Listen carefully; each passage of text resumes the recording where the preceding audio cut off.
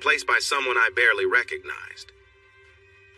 The sign on the frosted glass door said, Matthew J. Singletary, Director of Corporate Systems Analysis. That's me, Matt, to my friends. I'm nearly 6 feet tall, strong, blue-eyed, confident, and a well-respected businessman. At 29, I was probably the only person with that title in the business world. When asked what my title meant, I would shrug. No one ever explained it to me, but I knew my job in the company. Think of the business world like a Western movie, and I was the person who came in to make things better and create a great place for everyone. My boss, the owner of Reese Donaldson Enterprises, used me like a trusted helper. I went to different branches to check how they worked from top to bottom. I could make many changes right there. If it was a big decision, like suggesting to let an executive go, I would send my ideas to Mr. Donaldson. He rarely said no, and if he did, he would explain his reasons to me.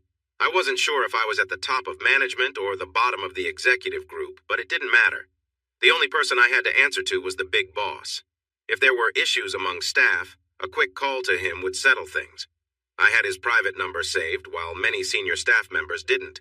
I had a talent for spotting problems, finding slow points in work, and identifying issues that cost Mr. Donaldson money. I used these skills every day. I was really good at my job, and many learned not to cross me, as I could notice dishonesty quickly. At least I could do this in my work life. My personal life was a different story. It was the day after Independence Day, and I was picking up everything I needed for the day into my briefcase. It was only 10:30 in the morning on Friday, but we were all getting an early start on the weekend because Mr. Cummings had just announced that he was closing the office early and sending everyone home. He said that most of the businesses we relied on were already shut down. Since his employees wouldn't be able to get much done, he thought it was best to close up. That sounded good to me. With my briefcase packed, I closed my office door and gave the sign on the door a playful tap. Because there were people watching me, I pretended to wipe a non-existent smudge off my sleeve. When I saw a crowd heading toward the elevators, I quickly ran that way as if I was racing to get there first. Some of the guys and girls started running too, all in good fun. Donaldson's was a family business, and we all got along well. I got home by 11:10. I was excited as I took out my new toy, a Shaba drone. It was one of the best drones available and had a long range, even better than some military ones. From the owner's manual, I learned that Shaba means ghost in Arabic, which was the name given to certain stealth fighters in past wars. This drone model was quiet and stealthy, just like the name suggested. My wonderful wife, Faye, had found this treasure on one of those bidding sites for a very low price. She outbid someone else by just 1 cent at the last moment. Now it was mine, a special birthday gift from last Sunday. I had been working on it all week after work, getting it ready to fly. All I needed to do was check it one last time and clean off some fingerprints on one of the rotor blades. It was ready for its first flight, and I wanted Faye, my lovely wife of 3 years, to see it. That morning, Faye had mentioned she would be out showing properties to clients but should be back in the early evening. I wanted her home sooner, like right away. I didn't usually call her at work, but this time I tried reaching her on her company phone, hoping she could take a break and come home for the first flight. It was just after noon, and she might still be at lunch, but my call went straight to voicemail. So did my next 2 attempts. I wasn't sure why that happened, since Faye worked for a kind and friendly man named Martin Rutherford, who had a policy that staff should always be reachable through their work phones. The main office was on the southwest side of town, but I knew Faye wasn't there since I had called the main number first. I felt a bit frustrated because it seemed like Mr. Rutherford expected everyone to be available. Maybe she was in an area with a weak cell signal. It happens. After a while, I decided to stop waiting for my wife. She might not be that excited to see the Shaba fly anyway. Flying toys were not her favorite. I rolled the toy onto the driveway in front of our garage, started the small motors, and checked all the functions. I took it for a quick test flight, moving it in a lazy pattern between our house and across the street. I got used to the controls and the view from the remote control. The video from the camera on the bottom was very clear. I landed the small craft back on the driveway. While the rotor slowed down, I took the remote inside to keep it out of the sunlight. I connected the video feed to the big monitor I usually used with my laptop. I loved using the bigger screen with my laptop, and it worked great with the remote for the drone. Soon I was flying again from the comfort of my desk. I guided the drone into the center of the street, then turned it east and added power to climb up to 40 feet. That height seemed safe enough to avoid any poles or houses nearby, even if I drifted from the road. After a few minutes of looking around through the drone's cameras, I settled down. I was having a great time. It reminded me of the past. I loved flying, I always had. My Uncle Jake taught me to fly when I was a teenager, and I flew solo at 15 in a small plane. I earned a multi-engine certificate 2 years later to fly Uncle Jake's twin-engine Cessnas. Those were some of the best years of my life. Nowadays, renting even a small plane was really expensive. Times were tough for Faye and me, and I just couldn't spend money on flying. This little drone was the closest I could get to flying, and I loved it. I flew a few blocks without anyone noticing the drone above. It was very quiet, and it wasn't big enough to catch much attention. Most people tend to look only at things at eye level or below. They didn't see me, but I could see them. Kids were playing in their yards, adults washing their cars, and a golden retriever was getting a bath in one backyard and clearly not enjoying it at all. Everyone was busy with the everyday things people do on a warm summer afternoon. I paused the drone before a nice brick house just before the intersection and took the chance to practice hovering, then adjusting my height. I didn't want to keep moving east, as I would be flying close to the home of Miss Kelly Sanderson. The woman seemed around the same age as Faye and me, but some people joked that she had celebrated her 30th birthday for 4 years in a row. Who really knew for sure? What we did know was that she had recently gone through her 3rd divorce and was looking for a new partner, whether for something serious or just a casual connection, whichever came first. Kelly was known for being flirtatious. Everyone said that she followed through on her playful offers. In fact, last summer, her sister joked that Kelly would flirt with anyone, even something as strange as a fence post, if it promised her a nice dinner and drinks. I was the only guy who overheard that through an open kitchen window, and I quickly moved away. I didn't want to get involved further. Unfortunately, I did know that Kelly didn't seem to mind if the person she was flirting with was married or single. Kelly Sanderson made me uneasy. I made a quick left turn and started heading back west, speeding up a bit. No one seemed to notice the flying drone, even with the sound of it zooming by. I guided the Shaba west, crossing several streets until I reached the edge of our neighborhood and slowed down to a quieter pace. All the homes in our area looked quite similar. They shared a lot of the same design, with spacious yards, 2-car garages, and open layouts. The western side was known as the George Orwell neighborhood. These homes were slightly nicer than others, with 3 or 4-car garages and nice swimming pools in the backyards. I reached the cul-de-sac where the nicest houses in this part of the suburb were located. Beyond that was just open land, and I wanted to bring the drone back home to check on everything, see how long it would take to recharge after flying for so long, and a million other small tasks. I started to turn the drone around to bring it home. As it turned left and steadied on an easterly path, I caught a hint of color out of the corner of my eye, right in front of Taylor Henning's garage. I hesitated, feeling a frown forming on my face. I turned the drone back toward that flash of color because it reminded me of my wife's Lexus, the one we had bought a few months ago so Faye could impress potential home buyers. There was no good reason for my wife's car to be in this part of the neighborhood, especially not at the Hennings' house. But there it was. I recognized the car right away. It was my wife Faye's. Even before I got close enough to read the license plate, I knew.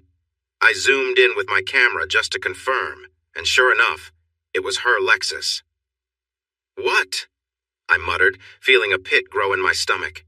Something wasn't right, and I had a sinking feeling that I wouldn't like whatever was going on. Movement caught my eye in the Hennings' backyard. Guiding my drone, I descended carefully, making sure to avoid any obstacles as I moved in closer. As the drone hovered above, I could see Faye down there by the pool with Taylor Hennings and his wife, Brianna. They seemed to be enjoying the warm summer day lying by the poolside. But there was something about the scene that hit me hard. The situation felt wrong, like a punch in the gut, and the sense of betrayal began to weigh on me. I took a deep breath, trying to get control of myself.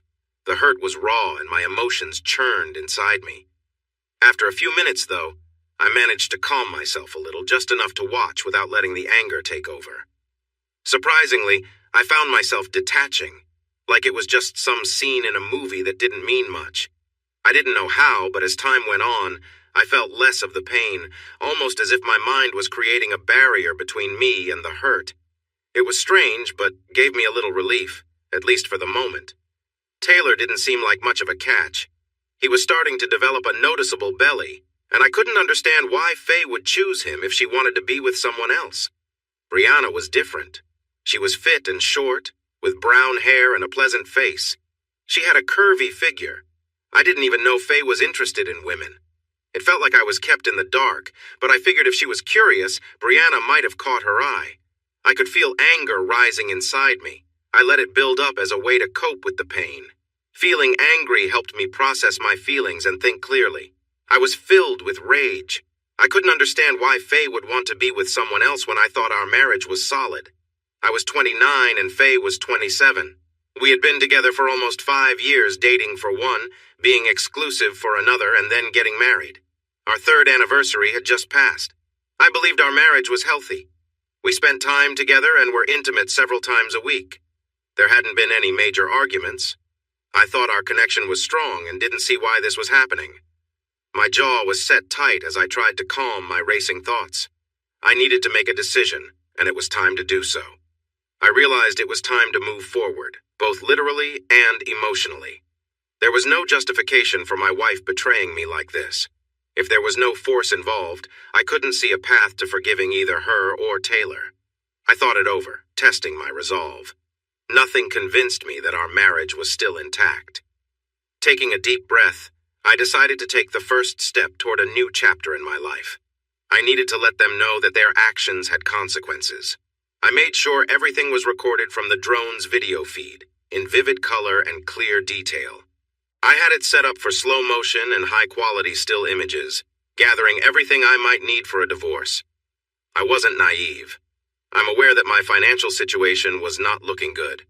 A friend of mine had recently gone through a divorce, and I listened to him share his feelings many times.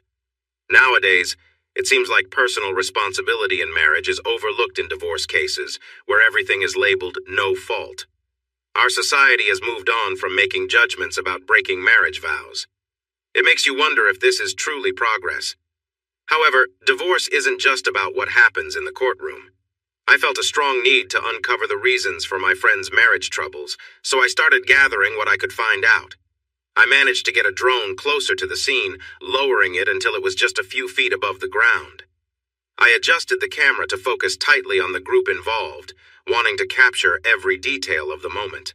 It was clear they were caught up in what they were doing, completely unaware of the drone nearby. Suddenly, Brianna noticed the drone hovering above her. It must have seemed like an enormous bug buzzing close by. I decided to have some fun and moved the drone up and down. Brianna's reaction was surprising. Her mouth opened wide, likely in disbelief. My wife, Faye, turned her head to see what was happening. That was the moment I wanted to capture, an expression of surprise. Both women were clearly reacting strongly, even if I couldn't hear what they were saying. I wished the drone could record sound, but it wasn't equipped for that, which was unfortunate. Brianna suddenly moved, getting off the lounger in a hurry.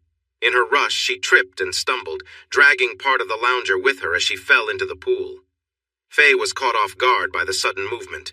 My soon-to-be's wife, Faye, ended up falling into the pool, her mouth wide open as she screamed. Taylor Henning quickly got off Faye and tried to stand up to see what was happening, but he didn't get far. He noticed a large creature nearby and tried to run away from it. In his confusion, he stumbled and lost his balance. His foot slipped over the edge of the pool, and he fell hard onto the concrete, one leg in the water and the other stretched out in front of him. From the look on his face, he definitely felt pain. I couldn't help but chuckle at that. Maybe there really was a balance in life, some sort of fairness. Faye and Brianna were still in the pool, splashing around and looking confused. They seemed to be in shock and were not calming down. I felt a mix of anger and satisfaction as I raised my hand, gesturing at them even though they couldn't see me. I flew my drone higher and maneuvered it above the pool, moving it back and forth as if it were in a chase. The battery was running low, so I moved the drone back over the patio. I pushed the motors to their limit and made it dive as much as I could. Suddenly, the screen went dark, and I felt a bit of hope that maybe the drone had broken into pieces. Although I doubted it would happen, it was nice to imagine. I sat there staring at the blank screen for a moment, feeling a wave of frustration over my wife and her choices. Looking at the clock, I realized everything had changed at 12:38 p.m. on Friday, July 5th. It was a day that would be hard to forget. I had no idea where my marriage would go from here, and honestly, I didn't feel like I cared much at all. To my surprise, it took Faye almost an hour to get back home after being with Taylor and Brianna. We had shared this house for the last 18 months since we bought it together. I remembered how hard we had worked to save enough money for the down payment on our house. The mortgage payments were tough, but Faye really wanted it to show that we were moving up in our community. She was so happy when we moved in, and I was glad we had made that decision. Then Faye wanted a new car to drive around potential buyers, a $60,000 car. Looking back, Faye got the home she dreamed of, and I settled for an unreliable desktop computer until my company gave me a laptop. Faye got a fancy new car, while I had an old toy that someone else no longer wanted. Now, Faye was able to explore her own interests, and I was left at home wondering what had gone wrong in my life. As I waited for her, I went over the video I had made with the three of them. I even found time to create a highlight video, thinking it might be useful someday. Faye stormed in looking furious. Her hair was still wet and hanging in her face. She wore the business suit she'd had on earlier, but it was damp in several spots. She seemed to have broken a heel, because she was limping with one shoe on and the other in her hand, the heel uneven. "What do you think you are doing?" she shouted, her face red with anger. Her eyes were filled with intensity as she glared at me. It seemed she understood what the damaged drone on the Hennings patio meant. After all the time that had passed since I sent it crashing down, I had begun to wonder myself. I raised an eyebrow. She was using a tactic I recognized well from my work, turning the conversation around to be more aggressive. Faye had clearly taken to heart the idea that sometimes the best way to handle a situation was to confront it directly. I couldn't help but smirk for a brief moment, which only seemed to make her angrier. "You could have hurt someone with that thing," she yelled. I just watched her. The woman I had married felt distant in that moment. Usually, Faye was an attractive woman, standing 5 feet 4 inches tall with shoulder-length brown hair that framed her heart-shaped face. I had fallen for her cute features and her charm all those years ago. But now the person yelling at me felt like a different person entirely. "What is wrong with you?" she screeched. I wasn't sure what I had expected from her, maybe a little understanding or a bit of regret. But I got nothing of the sort. I could fight back too, though. "You're being unreasonable," I shouted. "I'm just under 6 feet tall and I have a strong voice that carries well." She heard me loud and clear. It definitely caught her attention. "Go upstairs and wash up right now," I continued before she could reply. "And please use plenty of soap to make sure you clean yourself well." She didn't have anything on her face that I could see, but my words made her quiet quickly. Maybe a small part of her felt a bit guilty. Could she actually be feeling some shame? She turned away and went upstairs, balancing awkwardly on her one remaining high heel. I wondered why she hadn't taken both shoes off by now. "And Faye," I called out to her, softening my voice, "when you come back down, please be respectful, all right? You've disrespected our marriage enough for today, and I won't tolerate any more shouting from you, got it?"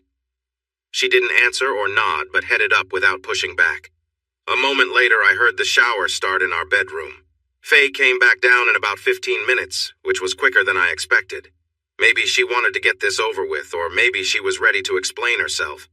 I wasn't holding my breath for an apology, though. If she was planning to apologize, she would have taken longer. I knew her well. My Faye doesn't like admitting she's wrong. She wore one of my old long-sleeved sweatshirts, a pair of blue jeans, and some sneakers. It looked like she was trying to downplay things, wanting to lessen the memory of what she'd done earlier.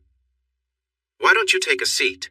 I said politely from the living room, pointing to the couch on the other side of the coffee table. I was sitting in my chair with my feet flat on the floor.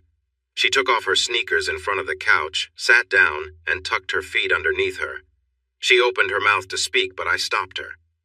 "I'd like to understand a few things, if that's okay," I told her. "First off, why did you suddenly decide to act out in such a way?" Faye leaned back into the cushion, surprised. "Excuse me?" I added quickly. "I kind of lost my cool for a moment there. I'll try to keep my voice down." I took a deep breath and let it out slowly. If you could please help me out, I said in a very polite way. Could you tell me why you decided to end our marriage by being with someone else, two others, actually? And how long has this been happening, if you don't mind sharing? Matt, I'm really sorry you had to see that at the Hennings, Faye said calmly. I picked up on that. People in my job often choose their words carefully. You're saying you're sorry I saw it, I replied sharply, but you're not sorry you did it, is that right? I interrupted. Faye's expression tightened. Honey, she said, avoiding my question. She returned to her earlier point.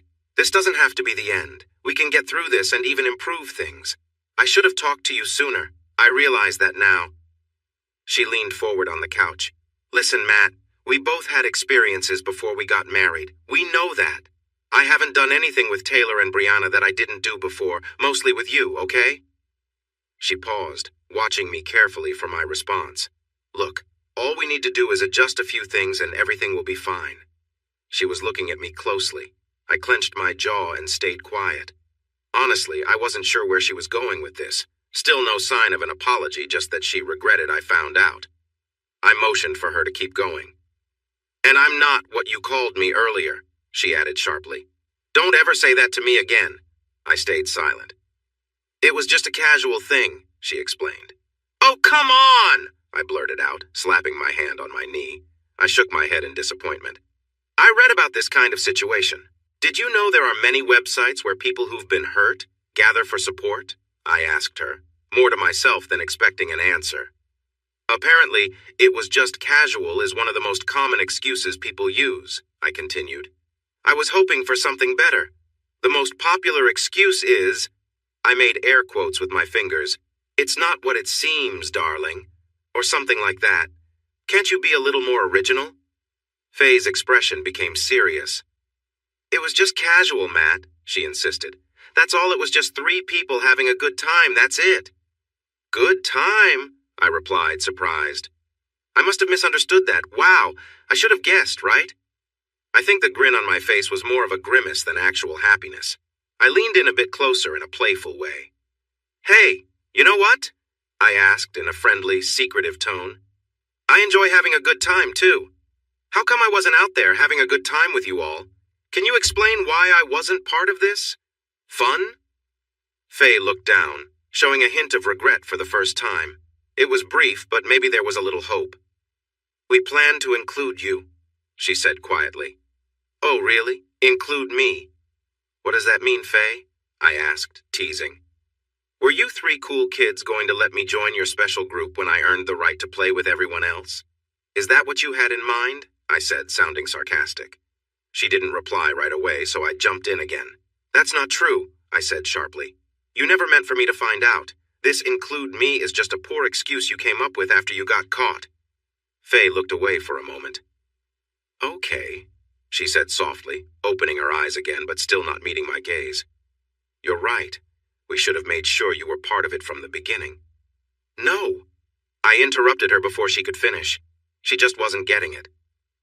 What you should have done is ask me if we, as a married couple, should even think about changing our commitment and going outside our vows. Isn't that what you should have done, Faye? I asked. How could you say that? She shot back, her face flushing with anger. Okay, yes, I should have done that. I messed up, I'm sorry. Yes, you did mess up. I agreed. You chose to ignore our marriage vows. Can you explain why I didn't get a say in this?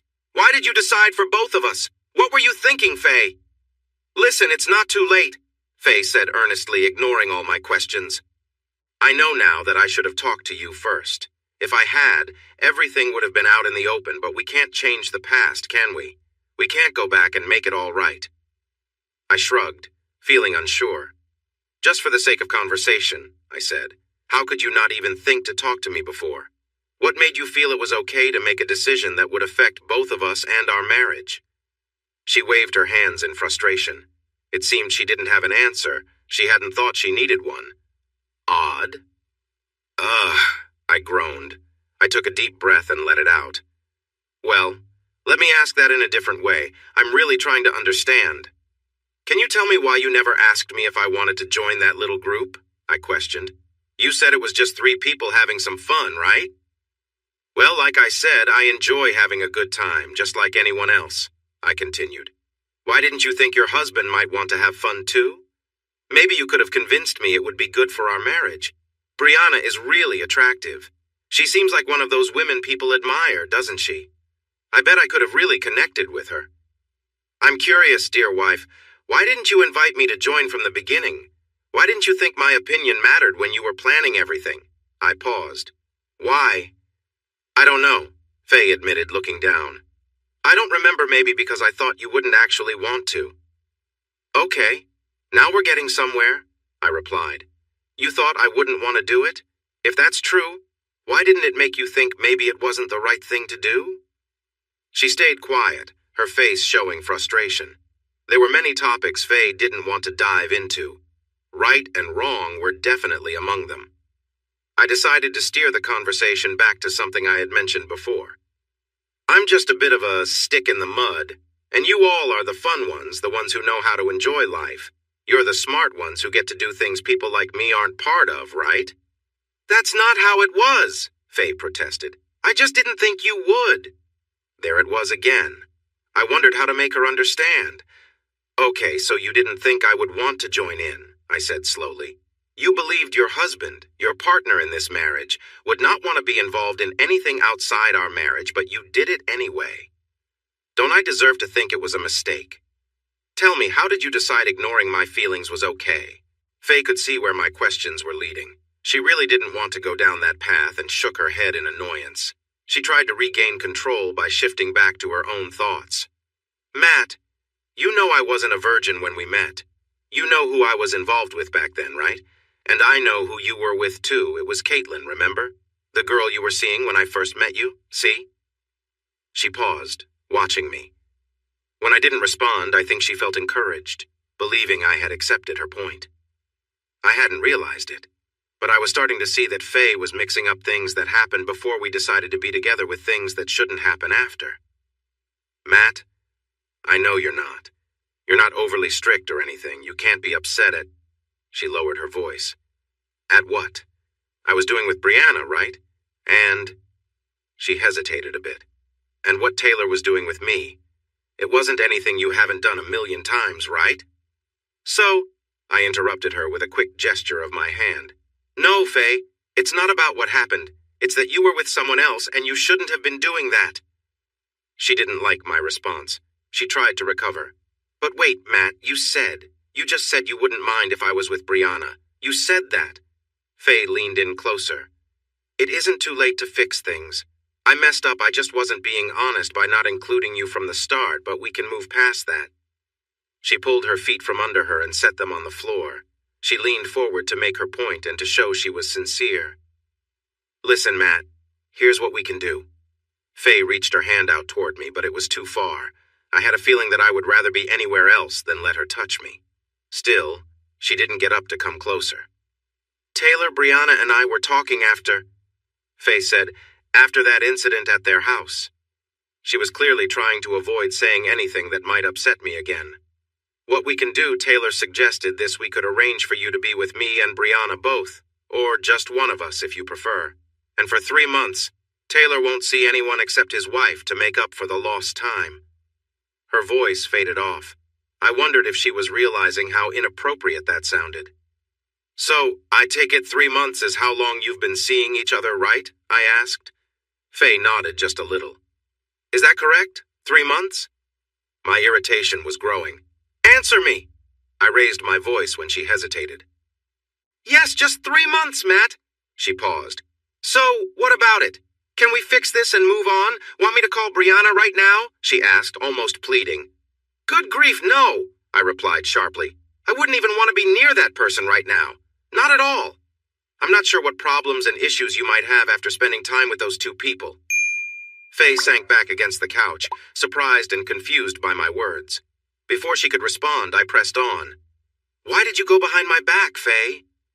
She didn't reply right away, still taken aback. Why?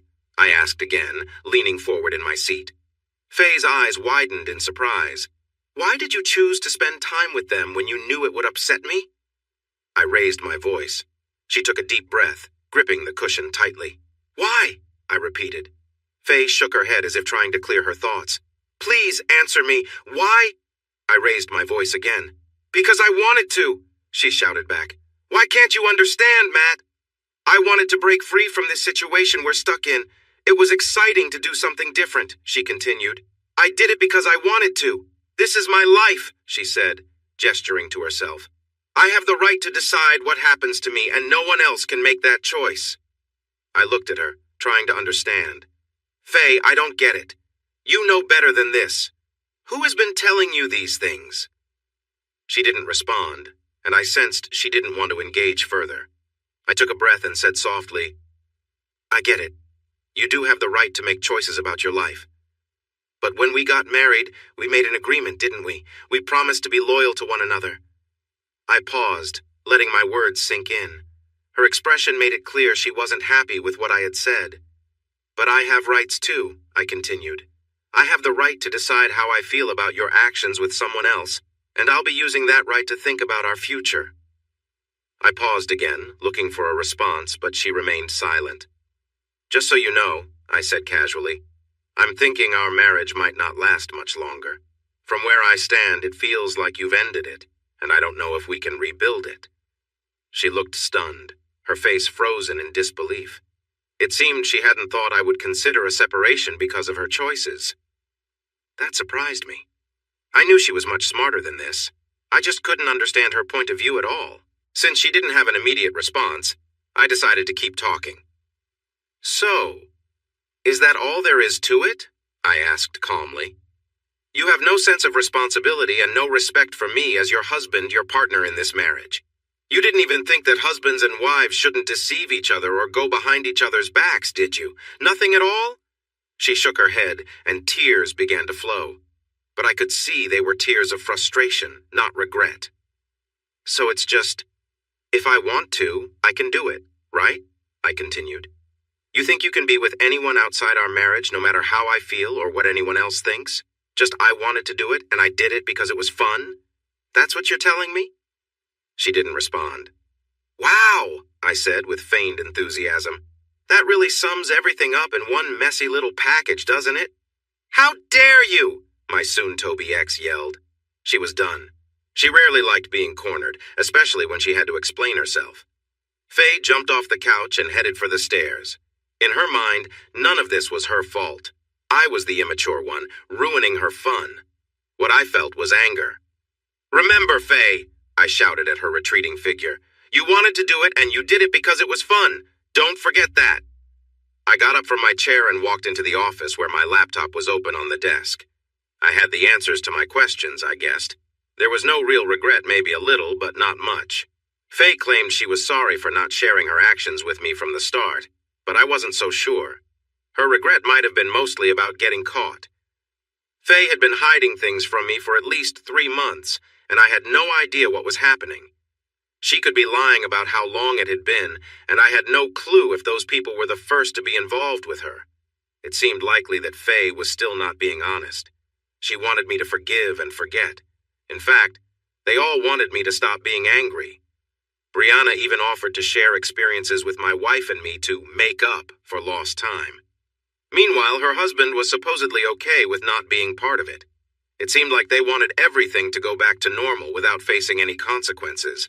They didn't want anything to come out into the open. They all knew, even if they hadn't talked about it, that their family and most of their friends wouldn't agree with what they were doing.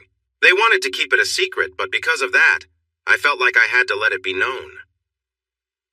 I hadn't been completely honest with Faye. I hadn't shared something else I found on those websites where people offer support to those who have been hurt by cheating.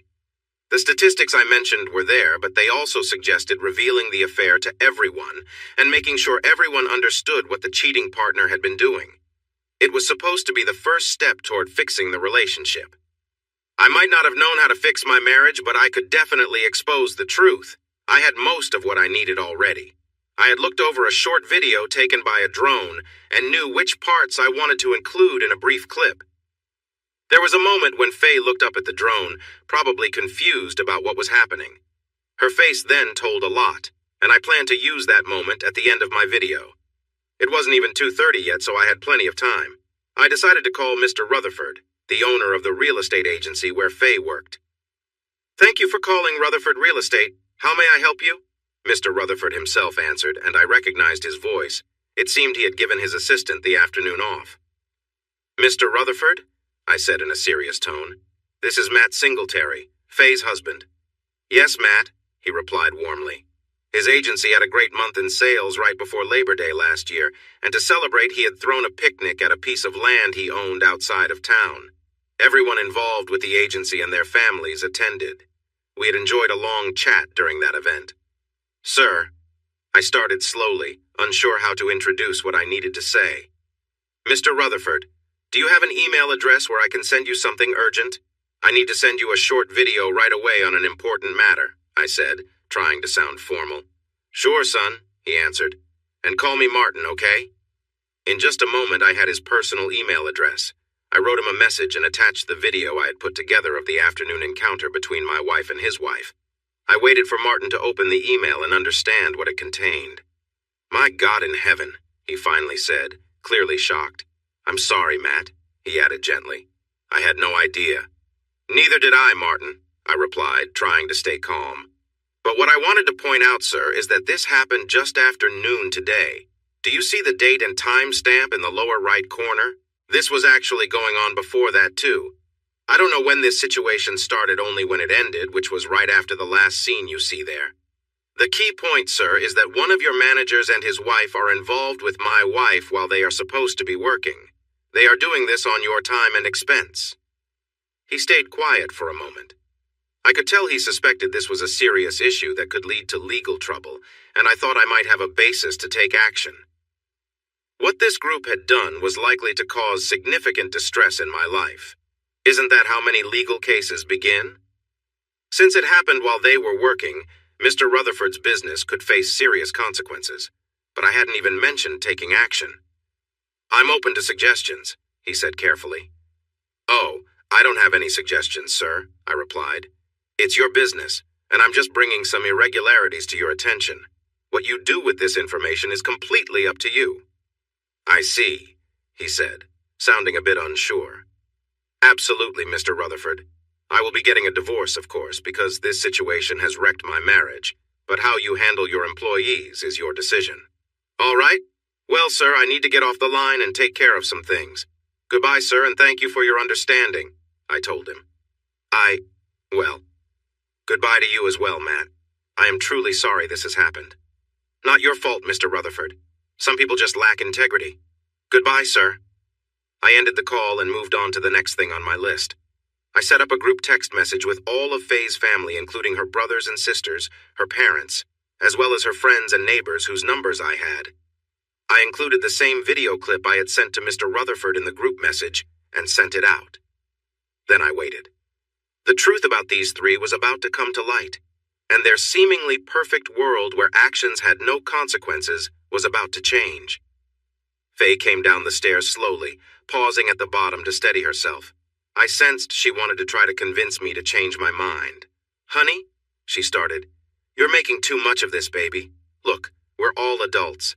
A little mistake isn't going to ruin our marriage. I love you, and you know that, right? I would never do anything to hurt you on purpose, dear. I got things mixed up. I understand now that I should have talked to you from the start. I'm truly sorry, and I want to make things right with you in every way I can." I sat back in my chair and waited. I wasn't really listening to her words. Nothing she said could change what had happened. Then the phone in the kitchen rang loudly. Annoyed, Faye glanced over at it but didn't go to answer. "I think you should take that," I said without much feeling. "It's probably for you." Faye moved to the kitchen doorway, picked up the phone, and put it to her ear. "Oh, hi, Dad. I can't talk right now. Can I call you back?" I expected Mr. Rutherford to be the first caller, but her father was quicker. I could hear him yelling even from here. "What are you doing, Faye? What's this video of you with that person out in public?" It wasn't actually a video, but Faye's father was from a different time. Faye turned and looked at me, shocked. She seemed frozen, not even breathing for a moment. It felt like her world was crumbling around her. "Remember what you said, Faye?" I asked, just loud enough for her to hear. "You did what you did because you could, and because it was fun, right?" She stared at me in silence. She was hearing her father's angry voice, but I don't think she understood anything he said. Well, dear, I said, I did what you said. I did it because I could, and let me tell you, it was quite a thrill. I said that last part just to be harsh, as I wasn't feeling very kind. Suddenly, the phone from Mr. Rutherford's office started playing a tune and bounced on the coffee table where it had been left. I picked it up, pressed the accept button, and walked it over to her. Here, this is for you, I said. She took it slowly while her father was still shouting at her through the phone she held in her other hand. Mr. Rutherford was also very upset. Even though Faye didn't have the phone on speaker, I could hear him loud and clear. In a few sharp words, he told her she was fired right then and there, and so was the other person involved. He added that if Faye wanted to collect her last paycheck and things from work, she had better hurry up. She needed to be at the office in 30 minutes, or the doors would be locked and she would not be allowed inside again. He would send everything to her by mail. I turned and stepped out the front door to back my 12-year-old Land Rover up to the porch. I was going to load a lot of my things into it soon, and I wanted to make the distance as short as possible. I didn't mind the marks the big tires would leave in the grass between the driveway and the porch. I didn't live here anymore, so the lawn was no longer my concern. A couple of minutes later, Faye ran out of the front door shouting, "You jerk!" loudly. She repeated it several times before getting into her car, starting it, and driving away fast. I scoffed. My parents had been married for 3 years before I was born, so I definitely was not a jerk. But I really didn't care about her opinions anymore. My phone beeped a few times in quick succession. Because I had sent the video to many people in a group message, their replies were coming in fast. A quick look at some of the texts showed that Faye was getting a lot of criticism from her brother, sisters, and other relatives, friends, and neighbors. I packed up all my clothes and some personal items. They made a small pile that fit easily in the Land Rover. On my last trip through the house to check for anything I might have missed, I put on a holster, checked the .45 caliber Glock Model 38 I usually carried, and tucked it under my shirt. The house now felt unwelcoming. I would carry from now on. When I was done, I called my mom and dad and shared a brief version of what had happened that afternoon. I asked if I could stay with them for a while. Their only question was whether I would arrive in time for dinner or if they should keep something warm in the oven. It felt good to know there was someone I could rely on in the world. Looking back at that day and the week that followed, I was surprised by how quickly things escalated. Cocked pistol, indeed. That's what the armed forces call high-alert operations. With Faye showing no regret, thinking about working on the marriage didn't even slow me down on my decision. It wasn't even a thought on my mind. I didn't spend time debating what I needed to do. Being able to solve problems quickly was one of my most valuable skills at the firm where I worked. Where some people wanted to discuss everything endlessly and think about every possible outcome, I preferred to make decisions and act on them. Most of the time, what I chose turned out well. Sometimes, looking back, I could see I hadn't chosen the best option, but I always felt my choices were better than wasting time. It saved our company both time and money that could have been lost while searching for the perfect answer. Faye thought I was blowing things out of proportion. She believed she could make decisions about our marriage without considering my feelings or how it would affect us. That wasn't fair. I didn't hesitate to choose a path. I followed my instincts. Whether it was right or wrong, I acted on what felt appropriate for me. I heard the saying that there's a thin line between love and hate, and perhaps that's true. I was shocked to see that my love for Faye had dimmed significantly by the end of our talk. Any remaining kindness I felt faded quickly in the days that followed. I remembered loving her, but that feeling was like a sound echoing through mountains. It begins strong, but as it bounces off the rocky slopes, it becomes softer until it disappears entirely. I decided that the best solution was to get a divorce. I wanted to escape the burden of the large house we had bought together, along with Faye's costly car, so we could live our separate lives. My main goal was to ensure we both kept our credit ratings as good as possible. A couple of weeks after I shared my concerns, I called Faye's dad, who was still angry with both of us for what he called my showing off. Eventually, I managed to calm him down and talk about what would be best for Faye and me as individuals. He understood why I didn't want to try to save the marriage, even if Faye was willing. It made sense to sell the house quickly. I could have kept up with the mortgage by living on very little, but I wasn't interested in doing that. I would leave my job and search for rattlesnakes in the Big Bend area before I would pay for a home I never wanted. Faye, as a new real estate agent, had a very small salary and made money only when she sold a property, which hardly ever happened since her commissions went to more experienced agents. After the day, she lost her small income and couldn't keep the house anymore. It wasn't hard to convince Faye's dad that we needed to sell the house quickly. If I ran out of money and stopped paying the mortgage, the house would go into foreclosure. This would hurt both of our credit scores for a long time. The same went for Faye's fancy car. I told her father that I couldn't make the payments for the Lexus, and since Faye couldn't either, we had to sell it fast. We didn't have any equity in the house, and we owed more on the car than it was worth. But making these tough decisions now would help us later, after our marriage ended. Faye's dad agreed with me and managed to convince Faye. I think he made it clear to her that if she didn't go along with the plan, I would just leave, cash out my retirement savings, and disappear, leaving her to sort everything out. In the end, we managed to sell the house fairly quickly. I had to cover some costs for the realtor that I wouldn't usually pay, but it wasn't too bad. I traded in Faye's Lexus for a 6-year-old Ford, paid the extra cost in cash, and gave her the car title. This way she had some transportation, but she would need to pay for insurance and maintenance herself. I felt that was fair for what I could do. When everything was finished, I had the rest of my retirement savings and my share of what little money we had left in our accounts. The best part was that I had no large debts hanging over me. Mission accomplished. We opted for a do-it-yourself divorce since neither of us could afford a lawyer. I completed the paperwork and tried my best to divide our things fairly. I was somewhat surprised when Faye quickly accepted what I'd proposed, especially after how unreasonable she had been before. Someone, likely her dad, had probably explained that arguing over our limited belongings wasn't worth it. Luckily, we hadn't had children, so there was no need to figure out custody or support. Spousal support wasn't an issue either, as we hadn't been married long enough for it to apply. The DIY divorce cost just a couple $100 and had a quick waiting period. So 4 months, 1 week, and a few days after I found out about Faye's actions, the divorce was finalized. I stored away all my feelings and memories from my broken marriage, locked them behind a door in my mind labeled, "Faye Do Not Open," and began the next chapter of my life. That Christmas, not long after I received the final papers, turned out to be quite nice. I spent it with my mom and dad. It was quiet, but really good for the soul. We exchanged gifts, enjoyed a big turkey dinner, and later visited friends and a few relatives. A week into the new year, I decided to leave my job with Reese Donaldson. It was a good place, and I was treated well there. Mr. Donaldson offered me a high salary to stay, thinking I had another job lined up, but I had to say no. I explained that I wasn't looking to move to another company. I just wanted a different path in life. He understood, though not easily, and threw me a great farewell party. He told me to reach out if I ever changed my mind. By Valentine's Day, I found myself without a job, unsure about my future, and surprisingly content with my life.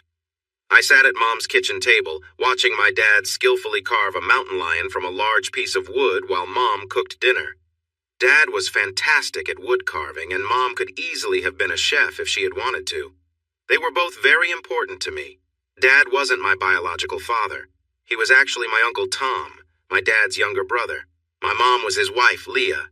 They took me in after my parents died in a car accident when I was 9. Tom and Leah had no children before they took me in, and I was still their only child. One of them wasn't able to have kids. They never wanted to find out why, thinking that knowing could cause blame and hurt in their relationship. They loved each other too much to let that happen. They showered me with kindness and care. Their love helped me cope with losing my parents. It wasn't easy and took time, but eventually I healed. Dad Uncle Tom was known as a tough sheriff when I came to live with them. He worked hard to clean up his county from troublemakers and to keep the peace. He served as sheriff for just over 21 years before he retired. The first time I saw him get emotional was the day he took me to school in his patrol car. I proudly introduced him to everyone at school as my dad, and I truly meant it. Once, Aunt Leah helped with a dance when I was in high school. I made sure to let everyone know I was going to ask my mom to dance before even thinking about asking any of the girls. The girls and teachers thought it was very sweet. To me, it was just a way to show everyone how much I cared about my mom. One evening, when I asked them if they would adopt me, they held each other and cried. Seeing them like that made me cry too. We were really close, and I only thought of them as Mom and Dad. "What we are doing is giving you your inheritance now," Dad said. "Instead of waiting for us to pass away many years from now, you will get it while you are still young enough to use it." He was talking about giving me the ranch. Mom and Dad decided that at their ages of 53 and 51, they wanted to buy a big RV and travel around the country. They already had it and a small car to pull behind it for getting around wherever they parked. They had a plan to visit Glacier National Park first, then the Grand Canyon, and they had a list of other places they wanted to explore. "But Dad," I replied softly, "it's too much. I understand you want to travel, but you need a place to call home, a place to relax when you're tired of being on the road all the time." "Yes, we know that, son. That's why we bought a house in the northern part of the city. It will always be there when we need it. And just between us three, your mom and I, well, we don't really want this place anymore. We never intended to farm or raise animals. We fell into it when I retired from my job. This was just a place to come after I put down my badge, and somehow we never left. Now's our chance, you see?" "Oh, I get it." I pretended to be offended. "You don't want it anymore, so I get the ranch, and I'm stuck here, is that it?" "Nope," Dad said calmly. "The land is worn out and not good for farming anymore, and most of the springs have dried up. So raising animals isn't possible either. But oil companies keep showing interest. A few have already made offers and will come back. This time you can sell and get a good price." I thought it over. The property started out as one big piece of land, 640 acres, plus another 300 acres nearby. My grandpa, my dad's father, bought a piece of land from a widow when he moved here. After a good harvest one year, he got another piece of land nearby. My dad didn't enjoy farming, which is why he chose a career in law enforcement. He never wanted to work long hours on the land. He had been selling off parts of the property whenever he could, and now we only had around 500 acres left from the original piece. The other 300 acres went to a neighboring farmer. "Okay, Dad, I'll do it," I said to him, "but it's a lot. How about I take care of it, sell everything off, and we split the money 3 ways, you, me, and Mom? What do you think?" "How about an 8,020 split, and you update us with emails twice a week and call every Sunday?" my mom chimed in. She walked over from the stove, looking at me seriously. I was balancing on the back 2 legs of my chair, leaning against the wall. She wrapped her arms around my head and kissed my forehead. "We love you, son," she said softly. "Please let us help with this." I looked at Dad. He was back to his carving and didn't notice me. He didn't even respond. He didn't need to. My mom was in charge of the discussion now, and Dad knew I couldn't say no to her. I tried to negotiate a bit. "How about a 5,050 split? I can text you and email often and call on Sundays, holidays, and birthdays too," I suggested. "Deal," Mom agreed right away. "Now put that chair down on all 4 legs and go get ready for dinner," she instructed. She glanced at my dad. "Tom." Dad had already picked up his carving tools and was heading out to the garage where he kept his things. I hurried to wash up and help Mom set the table.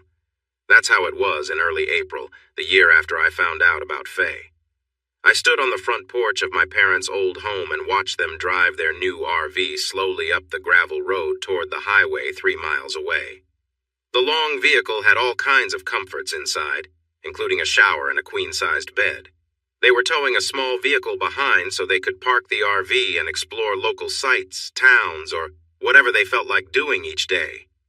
When they reached the top of the hill a mile away and disappeared down the other side, I sighed and went back inside my house, which didn't feel like home anymore. From the outside, it looked like a typical worn-out farmhouse built around 1930. With his experience in law enforcement, Dad wanted to make sure our home was safe from any troublemakers. Inside, the house had everything we needed. The living room featured a large TV, and Dad had installed a top-off-the-line sound system. The furniture was big, soft, and inviting. The rest of the house was just as cozy. At the back of the house, Dad built a spacious wooden deck with a grill and smoker made from local stone since he and Mom loved to barbecue. We also had a nice pool that was big enough for diving and for Mom to swim laps. Mom used to be on the swim team in high school and still enjoyed swimming for exercise. A few days after they left, I finished counting everything in the house, including the farm tools and the animals. I had 14 horses, 23 buffalo, and 47 longhorn cattle. Grandpa once dreamed of creating a nature park. I also had to deal with everything in both barns on the property. I started selling off as much as I could, but I kept the house furniture. The first item I sold was a big John Deere tractor, which I parked by the gate along the highway. I got a pretty good price for it, which was a win for both me and the farmer who bought it. I thought I could sell the rest in a similar way, and it worked out well. The road was busy with folks who farmed or ranched for a living, and if they didn't want something, they knew someone who did. Before long, the farm equipment was selling quickly. In May, on a Friday, I received a call on the house phone. At first, I thought it might be Mom since it was her turn to call. "Howdy! How y'all doing?" I said cheerfully. "Good afternoon, is this Mr. Singletary?" It wasn't Mom, and I didn't like the way the young woman spoke to me, as if she was doing me a favor. I remembered a trick Dad would use when he was working as a sheriff. He would pretend to have a strong accent and act a bit silly to catch tough suspects off guard. They usually didn't notice until it was too late. "Yes, I said in a slow drawl. "This here's Matt Singletary, his own self. Please hold for Mr. Wingate." The line went silent, so I hung up. A few minutes later, the phone rang again. "Mr. Singletary?" the same woman asked, sounding a bit annoyed. "Yep, I surely am," I replied. "Are you still in contact with that guy, Winslate?" I asked, pretending to be curious. No, Mr. Singletary, I wanted you to hold on. Not. Oh, I'm really sorry, but I can't do that. I only keep close to women. I just don't think it's right for a man to be holding on to another man, you know." There was a moment of silence, followed by the sound of a surprised breath taken in, and then let out by the young woman. No, sir. What I meant to ask if you could wait just a minute so I could get Mr. Wingate, on the phone. Would you mind doing that?" "Oh, sure. Yes, ma'am, I can do that. How far do you have to go to reach him?" I asked with interest. "He'll be with you shortly," she replied, avoiding my question. I wasn't sure if she was about to laugh or if she was holding back frustration. Either way, she sounded much more relaxed now. It actually took longer than shortly.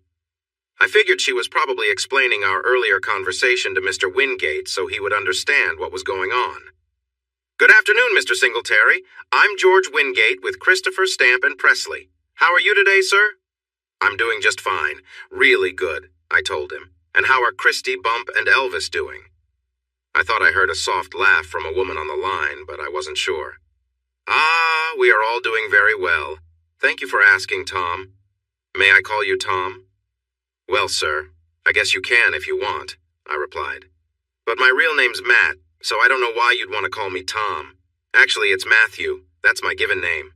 But folks call me Matt. My friends do anyway." Okay," Mr. Wingate said. "Can I please speak to Tom? Please." "No," I answered firmly. There was a pause. "May I ask why not?" Wingate asked. I could tell he was a bit annoyed. "He's not here," I replied. There was another silence. Before Mr. Wingate could say anything else, I decided I had taken this short answer thing as far as I could. Honestly, I was starting to feel a bit bored with it. "My dad gave me the whole ranch, signed it right over to me, and then he left for a trip who knows where. He and my mom both. Do you want me to pass along a message when I hear from them?" "Well, no. It sounds like you might be the person we need to speak to. Your father transferred the title to you, did he?" I hadn't used Dad at any point, so I knew he was trying to get under my skin. I couldn't help but smile. "Yes, sir, he sure did," I told the pretentious Mr. Wingate. "Wingate." "Yes, well, Matt," he continued, "a team from SunCloud Petroleum was near your land a few days ago.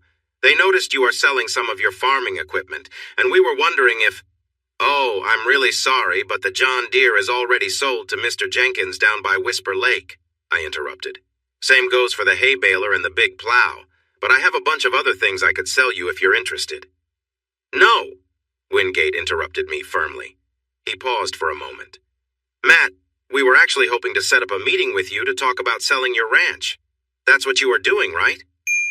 We represent SunCloud, and I assure you we would offer a very fair price for your land.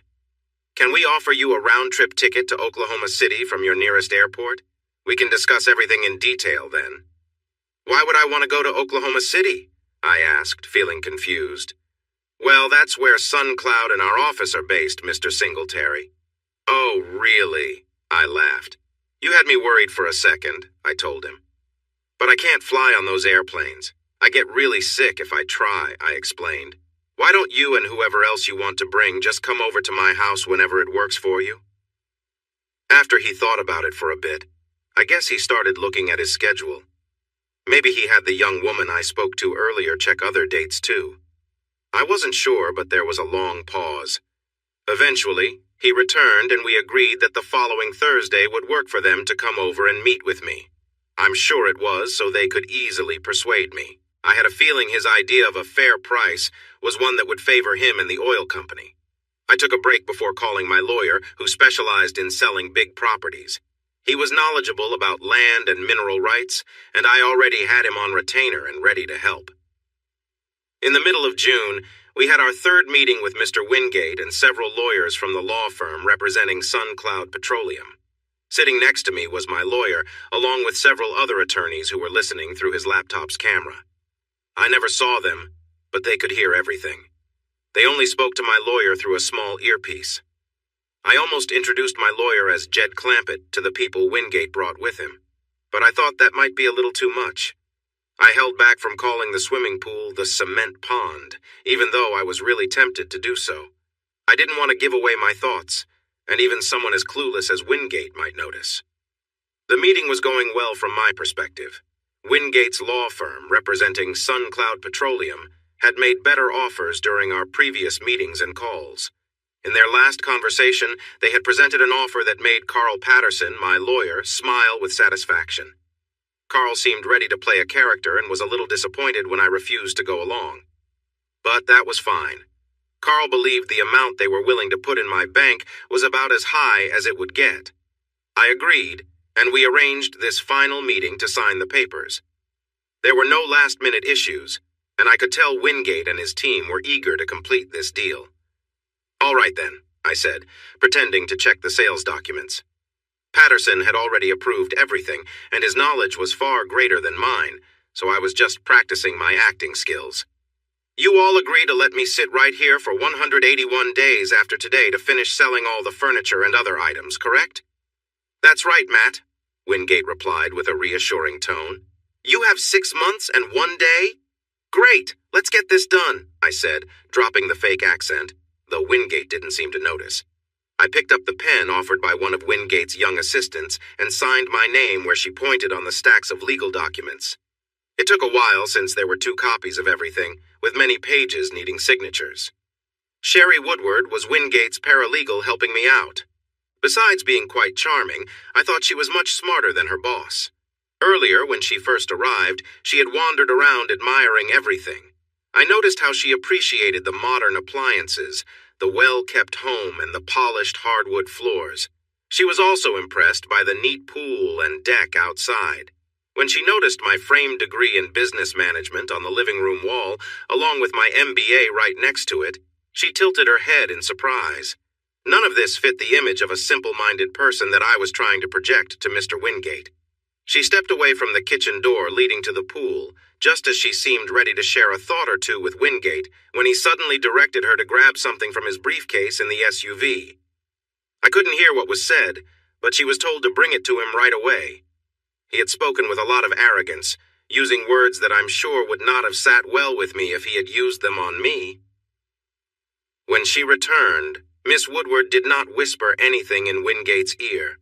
Sherry Woodward was standing close to me, leaning slightly to help me turn the pages and point out where I needed to sign. Up close, she was even more charming than from a distance. I noticed she was quite slender and looked great in her outfit. She smelled nice, too. I didn't mind her being so close. It felt comfortable. When I reached the last signature, I looked up at her and winked. Wingate and his colleagues were too far away to notice. Sherry had to hold back a laugh with a pretend cough, covering her mouth with her hand. It was all finished. I returned the pen to her and gave my copy of the documents to my lawyer. Then I waited. We had arranged with Wingate's group to transfer the money to my bank as soon as I signed everything. This was unusual, but since I wasn't very experienced with business matters, they agreed. I had also set things up with my bank to handle the money quickly after it arrived. I suspected Wingate might not be very trustworthy. My lawyer turned his laptop around for me to enter my password and hit the enter key. The funds from Wingate's team were quickly sent to another account, and the original account was closed. Maybe I was being too cautious. Maybe they wouldn't try to reclaim the money just because one of their own felt a little embarrassed. But sometimes, caution is wise. You never know when someone might not have good intentions. Well, it's been interesting working with you, Mr. Wingate, I said, thinking of him as old numbnuts. I extended my hand as I stood up. Just for your information, Mr. Wingate, not everyone who speaks with a Texas accent is lacking in intelligence. Sometimes it's just a way of talking. I could see that he started to understand. And just so you know, I added with a smile, I would have gladly sold you the property for half of what you just paid if you hadn't acted so arrogantly. I knew word would spread in his firm about our interaction. There were too many people from the firm in the room, and I was pretty sure not all of them were truly loyal to him. I already knew of at least one. I realized it was a bit petty and childish, but it felt good.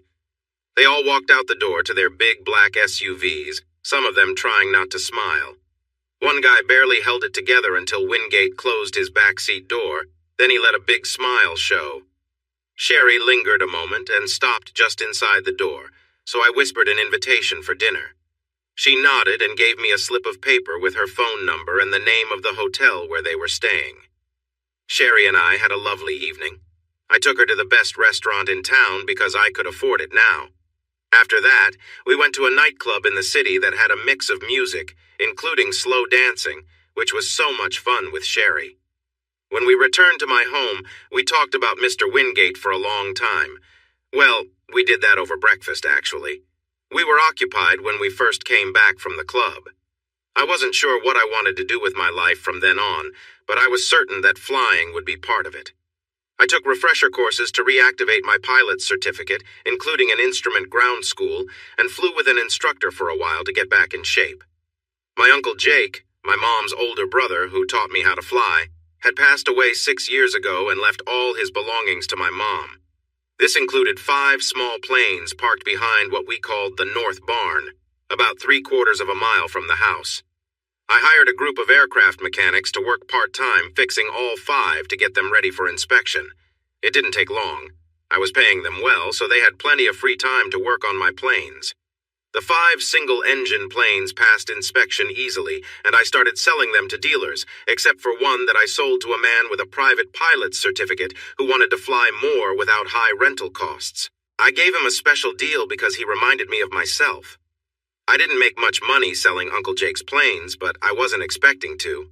Finally, I had just one plane left, and I wasn't even trying to sell it. I loved taking it up for an hour or two, just me and the plane. I was sitting at a picnic table in the shade of a big pecan tree, outside what looked like an old building with a small sign out front simply saying, Jesse's. To the locals who visited the place, no further explanation was needed. Jesse was an elderly black man who seemed like he had just been freed from a difficult life on a plantation. No one knew his exact age, but it didn't matter. Jesse served the best barbecue around, known only to the locals and a few visitors from the city. Late August in Texas is hot for sure, but just before noon, with a nice breeze under the tall pecan trees, it was quite comfortable. A light, tasty smoke rose from the smokers in the back, making people hungry for miles.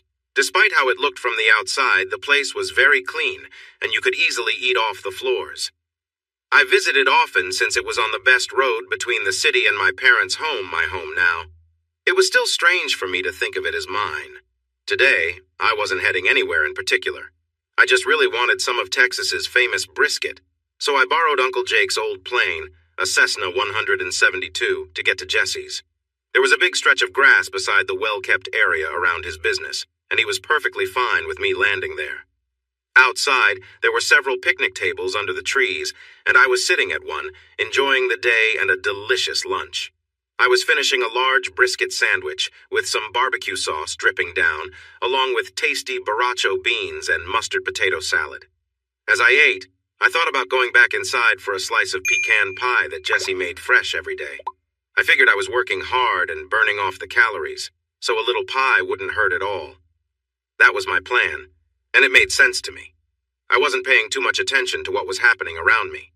I noticed the cars passing by on the old road to my left, but I didn't really look. The heat waves rising off the asphalt were distracting.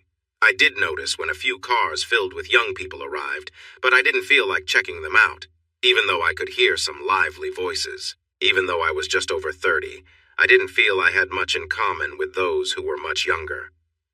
I focused on my meal while glancing at the entrance to Jesse's place. The brisket melting in my mouth was taking up most of my thoughts, along with mouth-watering images of pecan pie.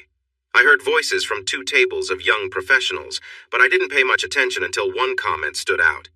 "You're just going to go over there and sit with that cowboy?" said a voice I didn't recognize. "Really? What if—" Someone else responded in disbelief. That caught my interest. I was wearing an old pair of cargo shorts, a faded blue shirt, and sturdy hiking boots, topped off with a cream-colored Stetson hat, common in rural Texas.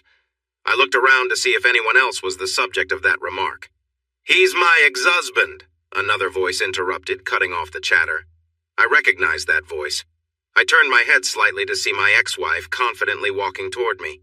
My first thought, an unkind one, I admit, was, "Oh no, what does she want?" She stopped a few feet away from my table. "I know you probably don't want to see me," she began, "but could I sit and talk for a minute?" I set down my half-eaten brisket sandwich and took off my sunglasses so she could see my eyes. My mom taught me that was polite, and it came naturally now. "I don't want to hold any hard feelings, Faye," I said softly. Her friends were close enough to hear if I spoke louder, and I didn't think our conversation was their concern. "I don't blame you if you do," she sighed, sitting down on the bench beside me. "I really made some mistakes back then." I stayed silent. It was true, but I didn't feel the need to go over it again. She already knew how I felt. After a moment, she took off her sunglasses and placed them on the table, revealing her bright green eyes. "How have you been, Matt?" she asked, breaking the short silence. "I've been doing pretty well, thanks," I answered with a light tone. "And you?" "I'm good. I'm taking night classes, but you already know that. Dad said he told you. I'll be starting next semester at UT to become a physician's assistant." "That's great," I replied. "I'm glad things seem to be improving." I didn't know what else to add. I wasn't really interested in her life anymore. It wasn't my job to support her. "So I want to say I'm sorry for what I did, and I hope you can forgive me someday," Faye said softly. "I don't hate you at all, Faye," I interrupted. "I've already forgiven you." I paused for a moment. "I just don't have the energy to hold on to that kind of feeling. It would just weigh me down and wouldn't help me. Life is too short for that." "Thank you," she replied, leaning a bit closer to me. "I'm seeing a counselor," she added quietly. I nodded to show I was listening. "We're making some progress," she continued. "She's helping me understand that my choices affect many people, not just me. If I knew how bad things could get, I wouldn't have done what I did, and I truly regret the trouble I caused you." I frowned, uncomfortable with my thoughts. I shifted slightly on the hard bench. Faye noticed my reaction and looked a bit annoyed. "What?" she asked, sounding a little defensive. "I'm trying to apologize and be better. I know I shouldn't have acted that way before." "Faye, I just think your counselor might not be helping you enough if this is all you're learning," I replied. "Maybe it's just the starting point, and she has more to teach you." I paused to think about how to explain.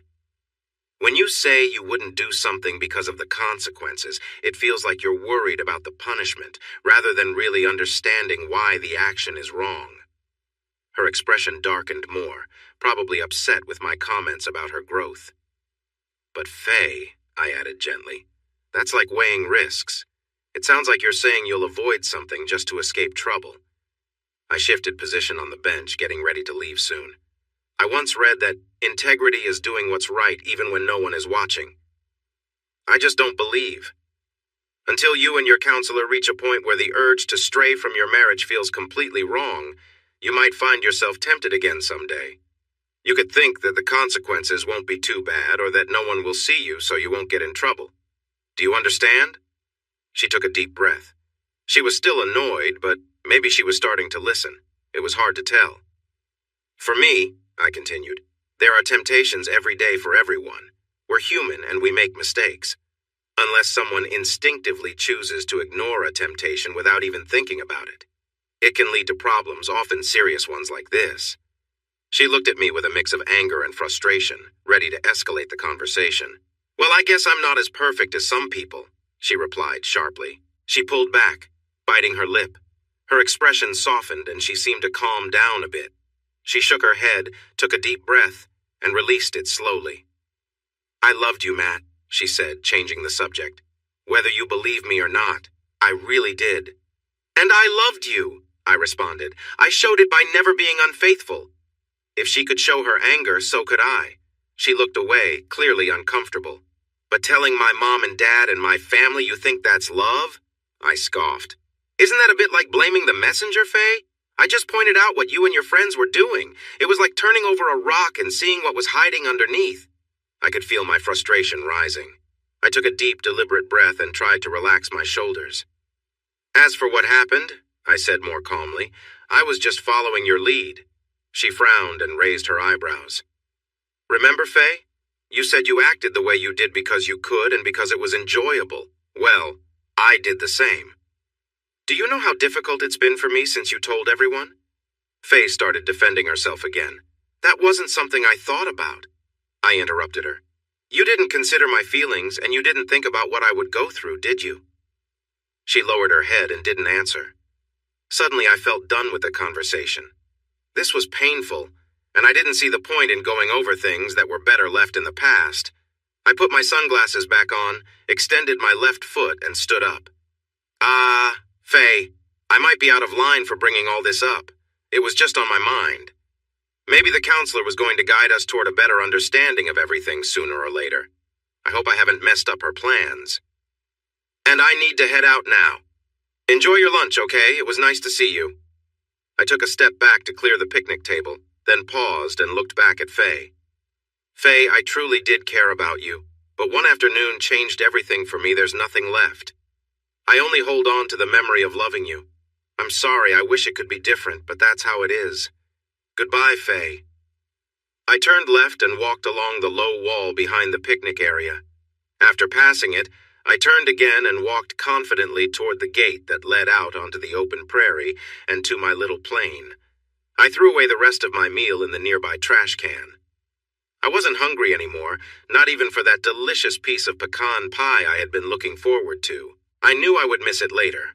I would regret leaving before enjoying my treat, but I had enough of my ex-wife for now forever, and I wanted to be somewhere far away from her.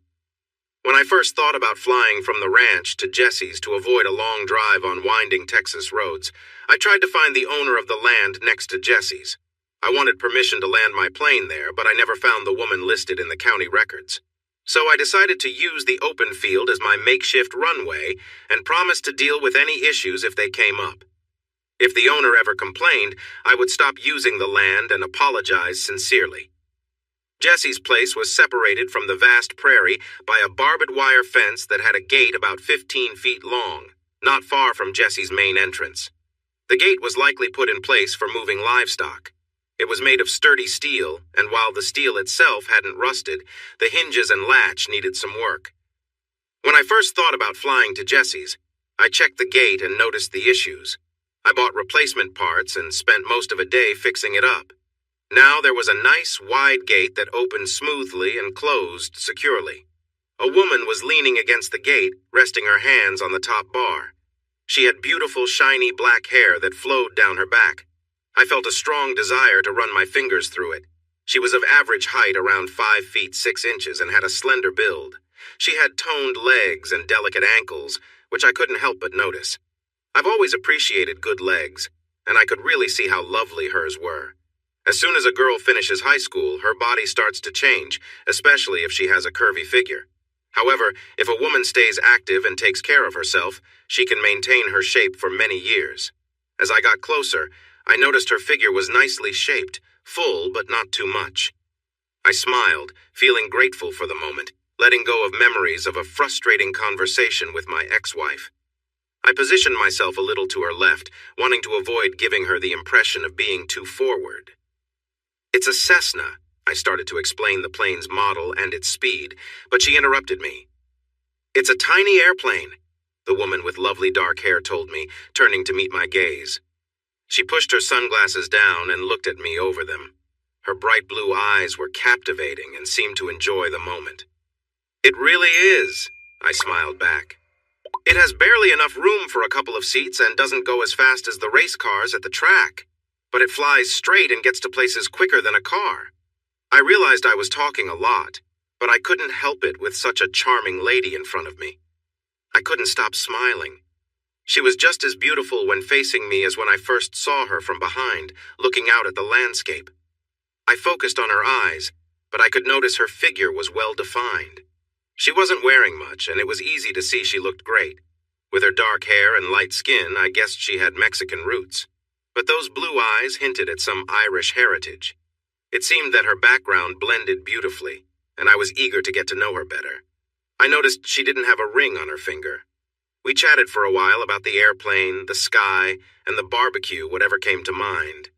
I felt proud that I was able to keep the conversation going without making a blunder. "You're a pilot?" she asked. "I am," I replied. "You don't look like a pilot," she said, giving me a quick glance from head to toe. "My pilot uniform is at the cleaners right now," I joked, "along with my superhero costumes." She lightly tapped my arm, and I realized we were inching closer to each other. I really didn't know what to expect, but the way she touched my arm made me feel something special. I wanted to know her better.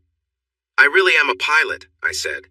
"I just flew down from the ranch to get some of Jesse's barbecue because I love it and have been dreaming about it for the last few days."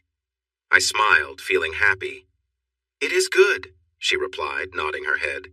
"Do you want to go for a ride?" I asked cheerfully. "A ride?" she repeated. "You want me to go for a ride in your little airplane?" she said playfully. It seemed like she had been waiting for this moment, which made me think we might be on the same page. I really wanted to get to know her more. "Of course," I answered. "I have a Mustang at the ranch. We can be there in 20 minutes in the plane. I'd love to see you on her with your beautiful hair flowing in the wind." I meant every word. I could picture it clearly. She looked into my eyes for a moment before turning away and walking back to her friends. "Julie!" she called out. Her voice was strong. I was sure the truck drivers a mile away could hear her. Julie heard her loud and clear. A short, lively brunette stepped away from the group and walked a few steps toward us. "Throw me my stuff! I'm going on a plane ride!" my girl shouted. That seemed to mean a lot to Julie, as a leather purse quickly flew through the air, landing just a few feet in front of my future co-pilot. I was impressed by how strong the brunette was. After she picked up the purse, my girl strutted back to me, holding it under her arm. She took her phone out and was focused on the screen. She tapped a couple of buttons and then pressed it to her ear. A small cloud of dust from where the purse hit the ground started to settle. "Stevie?" she said to whoever was on the line. "Mercy. Hey, I'm going on a plane ride with Cowboy. Yeah, a plane ride. And we'll see his ranch, okay?" Mercy, huh? We hadn't introduced ourselves yet, so I was curious. I still didn't know who Stevie was, but I recognized Julie as the girl with the impressive throw. "Yeah, I'll be fine." She looked up at me with a smile. "It'll be fun. Cowboy is really nice. No, you don't know him. He's..." I could sense that someone was asking the girl, Mercy, about who she was going away with. I stepped closer, grinning because I enjoyed being near her. She smelled wonderful. I pulled my wallet from my back pocket, took out my pilot certificate, and showed it to her. "Yes, I know. Hold on. I do know, yes. Stephanie. Stop talking, please," she said, clearly frustrated. "Listen, Mommy, can you write this down? I know you worry about me, but just listen, okay? Do you have something to write with?" There was a short pause. Mercy rolled her eyes and swayed her head while waiting. She took off her sunglasses to read the card better. She had stunning blue eyes and a cute nose with a few freckles, high cheekbones, and a nice smile. I could see her face better now that the glasses were off. "Okay, his name is Matthew James Singletary." "Uh-huh, Matthew. And his pilot's license?" "Certificate," I whispered to correct her. "His private pilot certificate number is 5,555,555 inches. She quickly moved on after my correction. I appreciated how smart she was. She listened again. "Yeah, that's it. If something were to happen to me and the police need to find Cowboy, they would know who to look for, because he wears a big cowboy hat." Then my beautiful friend, Mercy, handed the phone back to her roommate Stephanie for a bit. "No, I don't know yet. I'll call you later, okay?" She closed her eyes for a moment, listening carefully. "Okay, Mommy, I'll be careful. Love you too, bye." Mercy pressed the end call button and put her phone away. I led her through the gate, glancing back at the picnic table where I had been with Faye. She was gone, and I couldn't spot her right away among the crowd. I didn't search too hard. I was focused on putting Faye in a safe place in my thoughts. "Mercy, do you always talk to your mom like that?" I asked with a smile as I opened the gate. "That was not my mom," she replied quickly. "That was my roommate Stephanie," she explained. "But sometimes she acts just like my mom." "Well, that shows she cares," I said, closing the gate after she passed through. "She calls me Mercy, Merci, because she heard my real mom call me that once. It's a short form of Mercedes," she told me. I thought about her name as we walked to the passenger door of the old Cessna 172. "Mercedes," I said slowly, enjoying how it sounded as she got into the passenger seat. "Do you mind if I call you Mercedes instead of Mercy? It's a lovely name." "It seems unique and fits you well," I said as I closed the cockpit door for her. I didn't want to check if she was okay with me using her full name, but she didn't say anything, so it seemed fine. I took the blocks away from the left wheel, put them in the storage area, and shut the door. Then I climbed into my seat. I handed her the headset for the passenger side, set it to intercom, started the engine, and let it run for a few minutes while I adjusted my headset and chatted with her to test the intercom. I drove away from the fence on the big tires of the plane's landing gear, aimed the old aircraft into the wind, and pushed the throttle. In no time, we were in the air. One reason I loved this Cessna was how quick it was, and I turned in a wide circle to the right. Soon we were flying over Jesse's restaurant where a group of people had come with Faye. The young woman with dark hair was waving wildly at them from the right seat. I made a wider turn so they could see her and wave back. I straightened out for a moment, flying south. Then I turned around again and went over Jesse's place once more. I rocked the wings a few times as a goodbye and began to climb higher. I took a direction towards the ranch that my parents had left me. We should arrive in about 20 minutes. I leveled off at a safe height, avoiding any risks from birds but low enough to stay off radar. As we flew, we chatted. "So," I said casually, "if you don't mind me saying, miss, Mercedes, you're the first person I've met with such striking blue eyes." She looked at me quickly. "Well, first of all, I'm not Hispanic or Latina," she replied with some heat, a slight frown on her face. "My apologies," I responded while glancing her way. "I didn't mean to upset you." She stared at me for a moment, then smiled. "You are speaking with a proud Cheyenne maiden. The Cheyenne people are Native American, not Hispanic or Latino." I admired her features for a moment and smiled back. "Okay, Miss Cheyenne Princess. In a history project, I read journals from mountain men of the early 1800s, and I didn't recall any mentioning blue-eyed Cheyenne maidens." I paused to check the instruments before refocusing on flying. "So, come on, there must be some Celtic ancestry in your Cheyenne Princess background somewhere." Mercedes playfully stuck out her tongue, but she was clearly enjoying the conversation. "All right," she said with a big grin. "I might have a mom who's Irish on both sides of her family. Happy now?" she joked. "Ah," I said, trying to seem wise, or at least close to it. "So Dad found a lost Irish girl wandering around in Cheyenne, Wyoming, huh?" "Nope. Philadelphia," she shot back. "Mom claims it was her idea. She says she spotted a wandering Cheyenne warrior and captured him fair and square. Now she feels sorry for him and he's all hers."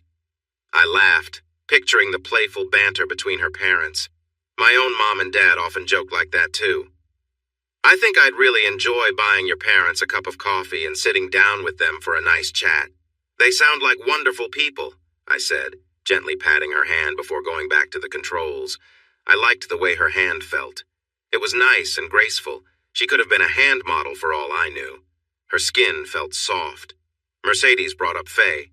She had heard Faye tell everyone I was her ex. I shared a bit about why Faye and I divorced and what we talked about at Jesse's. I told her I had put the memories of my marriage in a small part of my mind, and I felt good about that. I also told Mercedes I didn't think it was wrong to invite her on a plane ride in front of Faye. My ex-wife was just another person to me, like anyone else at that table.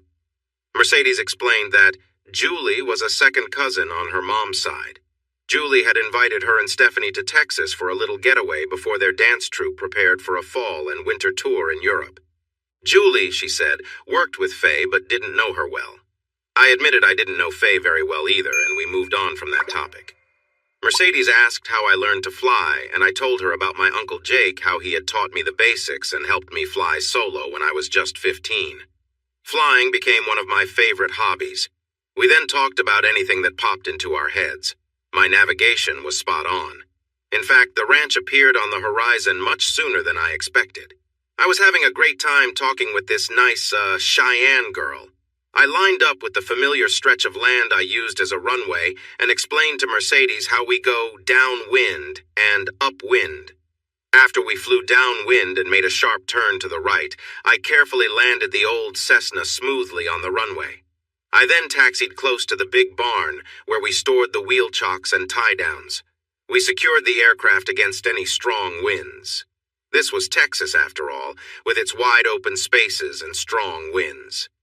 Mercedes helped where she could, and once we were done, I led her through a breezy area in the barn to where we could see the house sitting 100 yards away. "Okay," she said, looking around. She pointed at the house where my Range Rover was parked by the back porch. "Where's this Mustang you mentioned?" "Oh, right over here," I replied, quickly changing direction toward the area where a small group of horses stood near the corral. They noticed us and looked eager, as if hoping for a treat. I didn't have any goodies with me, but they didn't know that. "There she is," I said, pointing to a 3-year-old sorrel horse that was prancing around, clearly enjoying the attention. "Hey, Ginger," I called, holding out my hand. She came over, nudging my palm, looking for something sweet. "Mercedes, meet Ginger. Ginger, this is Miss Mercedes, our Cheyenne warrior princess, and a really nice person."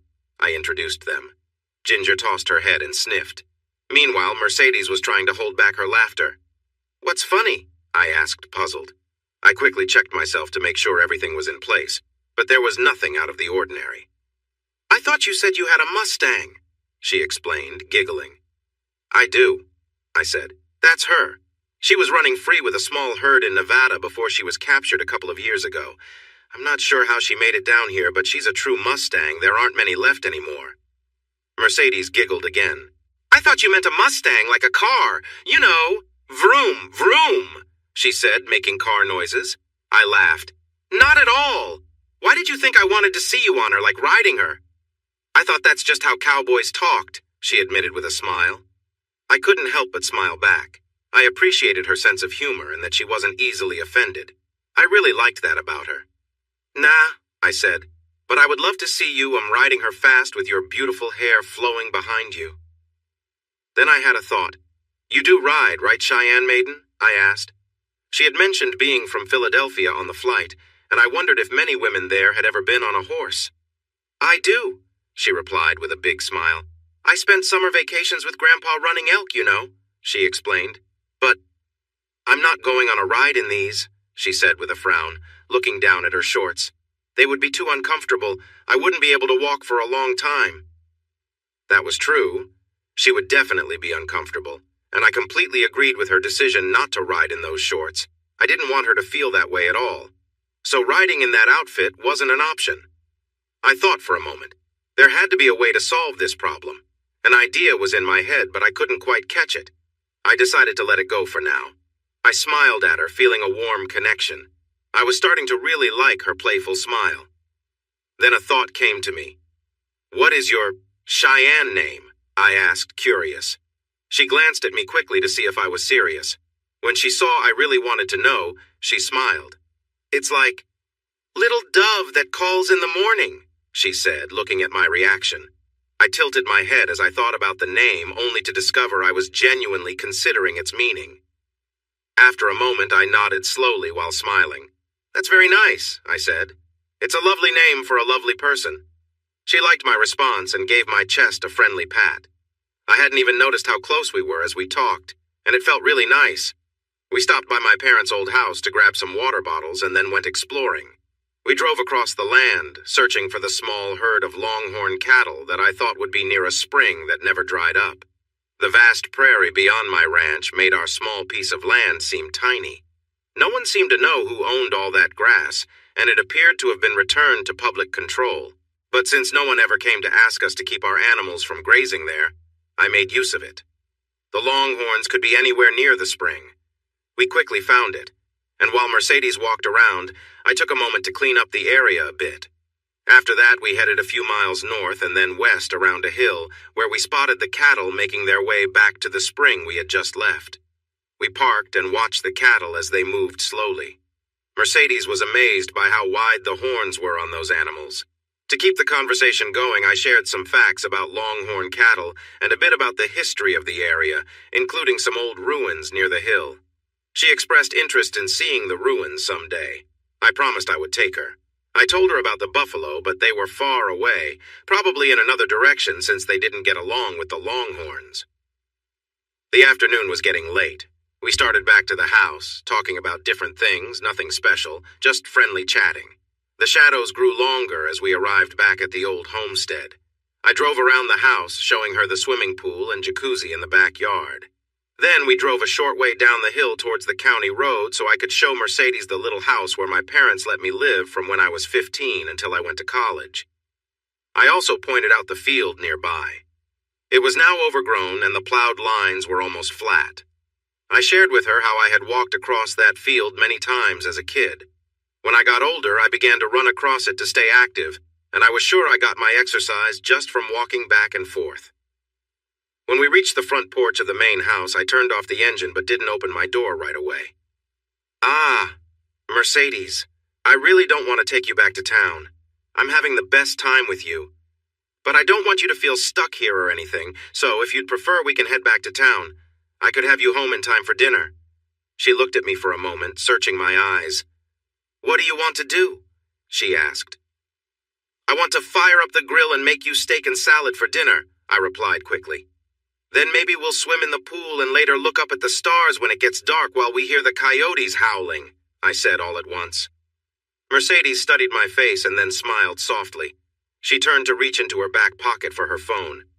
"Stevie," she said. "Hi. Just so you know, I'm not coming back tonight, okay? Yeah, I'm staying out here at the ranch. I don't know, maybe tomorrow, or the next day. Everything is good. I'll call you tomorrow. Bye." She turned back to me. "Cowboy Matt," she said earnestly. "I really need to find that nice bathroom you showed me earlier." I was starting to really like her smile. "Of course," I replied, grabbing the door handle. "Last one inside has to wait," I yelled playfully. She laughed and tried to get her door open. We hurried up the 4 big steps to the porch, and I pushed the door open as fast as I could. She was giggling while trying to grab my arm or anything to slow me down, but I had the advantage. I reached the downstairs bathroom first, but quickly dashed down the hall to run upstairs to the bigger bathroom. I grew up with the saying, "ladies before gentlemen," and I followed it or my mom would give me a hard time. I heard the bathroom door slam downstairs, and then there was silence. I was focused on getting my jeans undone. I didn't realize how nervous I felt until I noticed I was having trouble calming down. I can cook on the stove, but I prefer grilling outside. Mercedes enjoyed healthy foods, so we shared the cooking tasks. While I started the grill and cooked the steaks, Mercedes looked for fresh vegetables and made a lovely salad. She mixed a nice vinaigrette dressing to go with it. She brought the salad to the deck and set up our plates and utensils while I worked on the steaks. Sometimes we bumped into each other as we moved around, playfully avoiding collisions. Occasionally we would touch each other's shoulders or arms as we chatted about little things. It had been a long time since I enjoyed moments like this with someone, and I found myself really savoring it. I thought she was too. Instead of sitting across from each other, Mercedes placed our plates side by side, and I liked that a lot. We spoke softly as night fell, getting to know each other better. Despite knowing each other for just a few hours, we felt comfortable sharing our thoughts and gently touching hands now and then. After tidying up the table and starting the dishwasher, we settled into 2 nearby loungers on the deck. I had already moved them close together, and she didn't mind. We stared at the evening sky for a long while, trying to name the stars and wondering if something shiny moving quickly was a satellite or something else. In that moment, it didn't matter. After a bit, I placed my hand on hers, and she didn't pull it away. When the evening coolness replaced the warmth of the day, we got up and headed back inside. At the door, Mercedes stopped suddenly, and I accidentally bumped into her. She turned, and before I knew it, we were close together. We shared a nice, long kiss that felt warm and comfortable. She pulled back gently, still holding onto my neck and keeping close. "I don't usually do this on a first date," she said softly with a gentle smile. "That's all right. I wouldn't know how to ask for it on a first date," I replied. I hadn't even thought of this as a date. I wasn't sure exactly what this was either, but at that moment it didn't seem important. She smiled up at me and leaned in for another kiss. This time, she let my lips meet hers for a long moment, our hands resting on each other's backs as we enjoyed the close connection. Her breathing quickened slightly. She pulled back and looked at me with a smile. "Hey, cowboy." I murmured, still caught up in the warmth of the moment. "When you showed me around the house earlier?" I responded, focusing on her words. "Think you could lead me back to that big old bed upstairs?" she asked, a hint of humor in her voice. That was all the invitation I needed. I closed up the back door, and we walked hand in hand through the house, turning off the lights as we went. I motioned for Mercedes to go up the stairs ahead of me, admiring her graceful movements as she climbed. She had an elegance about her, smooth and calm. Once upstairs, I pulled the bed covers back as she got comfortable. We both felt relaxed and left our things wherever they happened to land, not caring much for neatness in that moment. We shared a deep, lingering kiss, both of us savoring it. I knelt beside her, wanting to make sure she felt special and cared for, remembering the simple joy of making someone happy and comfortable. I was always taught that being attentive and thoughtful meant a lot. My Uncle Jake had shared that lesson with me, along with a few other life tips. He was the one who taught me to fly, and when you're flying for long stretches, there's not much to do but talk. Jake loved to share stories, mostly about flying, though sometimes he'd share advice on life and relationships. Uncle Jake never married, but he was rarely alone. People were naturally drawn to him, and he always had friends around people of all ages. Some were old friends, and a few were new acquaintances who looked up to him for advice. He was the kind of guy people leaned on for wisdom and a good laugh. He taught me a lot about confidence, respect, and kindness in the small moments, lessons that I took with me everywhere. I was pretty sure my parents would have been upset if they knew all the unconventional lessons Uncle Jake shared with me while I visited his house. With Mercedes, I wanted to show her the gentle approach I'd learned from him, making sure she felt comfortable and cared for. I leaned in close, creating a calm, peaceful moment for us both. We spoke quietly, sharing a laugh here and there, our connection feeling natural and unhurried. I was simply focused on her, making sure she was relaxed and took my time. As the evening went on, she leaned into the comfort, letting herself enjoy the quiet moments as we sat together. I focused on her reactions, responding softly, with a kind of unspoken understanding between us. I followed her lead, making sure every moment felt easy and respectful. Eventually, she settled into a peaceful, contented state, her hand resting gently on mine as she drifted off. We shared a few quiet words afterward, both relaxed and enjoying the calm atmosphere. In those final moments, I made sure she felt appreciated and comfortable, treating her with the same kindness and patience Uncle Jake had taught me to value in any relationship. We ended the night with a quiet, shared sense of contentment, both ready to embrace the quiet calm we'd created together. Then I started over, taking my time and moving gently. After a few moments, I gradually slowed down, easing into soft, gentle touches. I took a breath and gave a light chuckle. She murmured softly, looking at me. "I'm just happy," I replied with a smile. "This is the best time." I moved to lie beside her, resting my head on the pillow. She moved closer until she was resting her head beside mine, and we shared a quiet, contented smile. "Feels nice, doesn't it?" she asked softly. "Absolutely," I replied, "and I could stay like this all day." I kissed her again, moving gently, savoring the peaceful moment. We shared warm, lingering glances as I moved to her shoulder, giving her soft, gentle touches, creating a moment of closeness and care. As I gently kissed her shoulder, her hand rested lightly on mine. We both enjoyed the quiet, the connection unspoken but understood. Time passed in a calm rhythm, both of us comfortable and relaxed. After a while, she sighed contentedly, and I gently tucked a pillow under her to make her comfortable.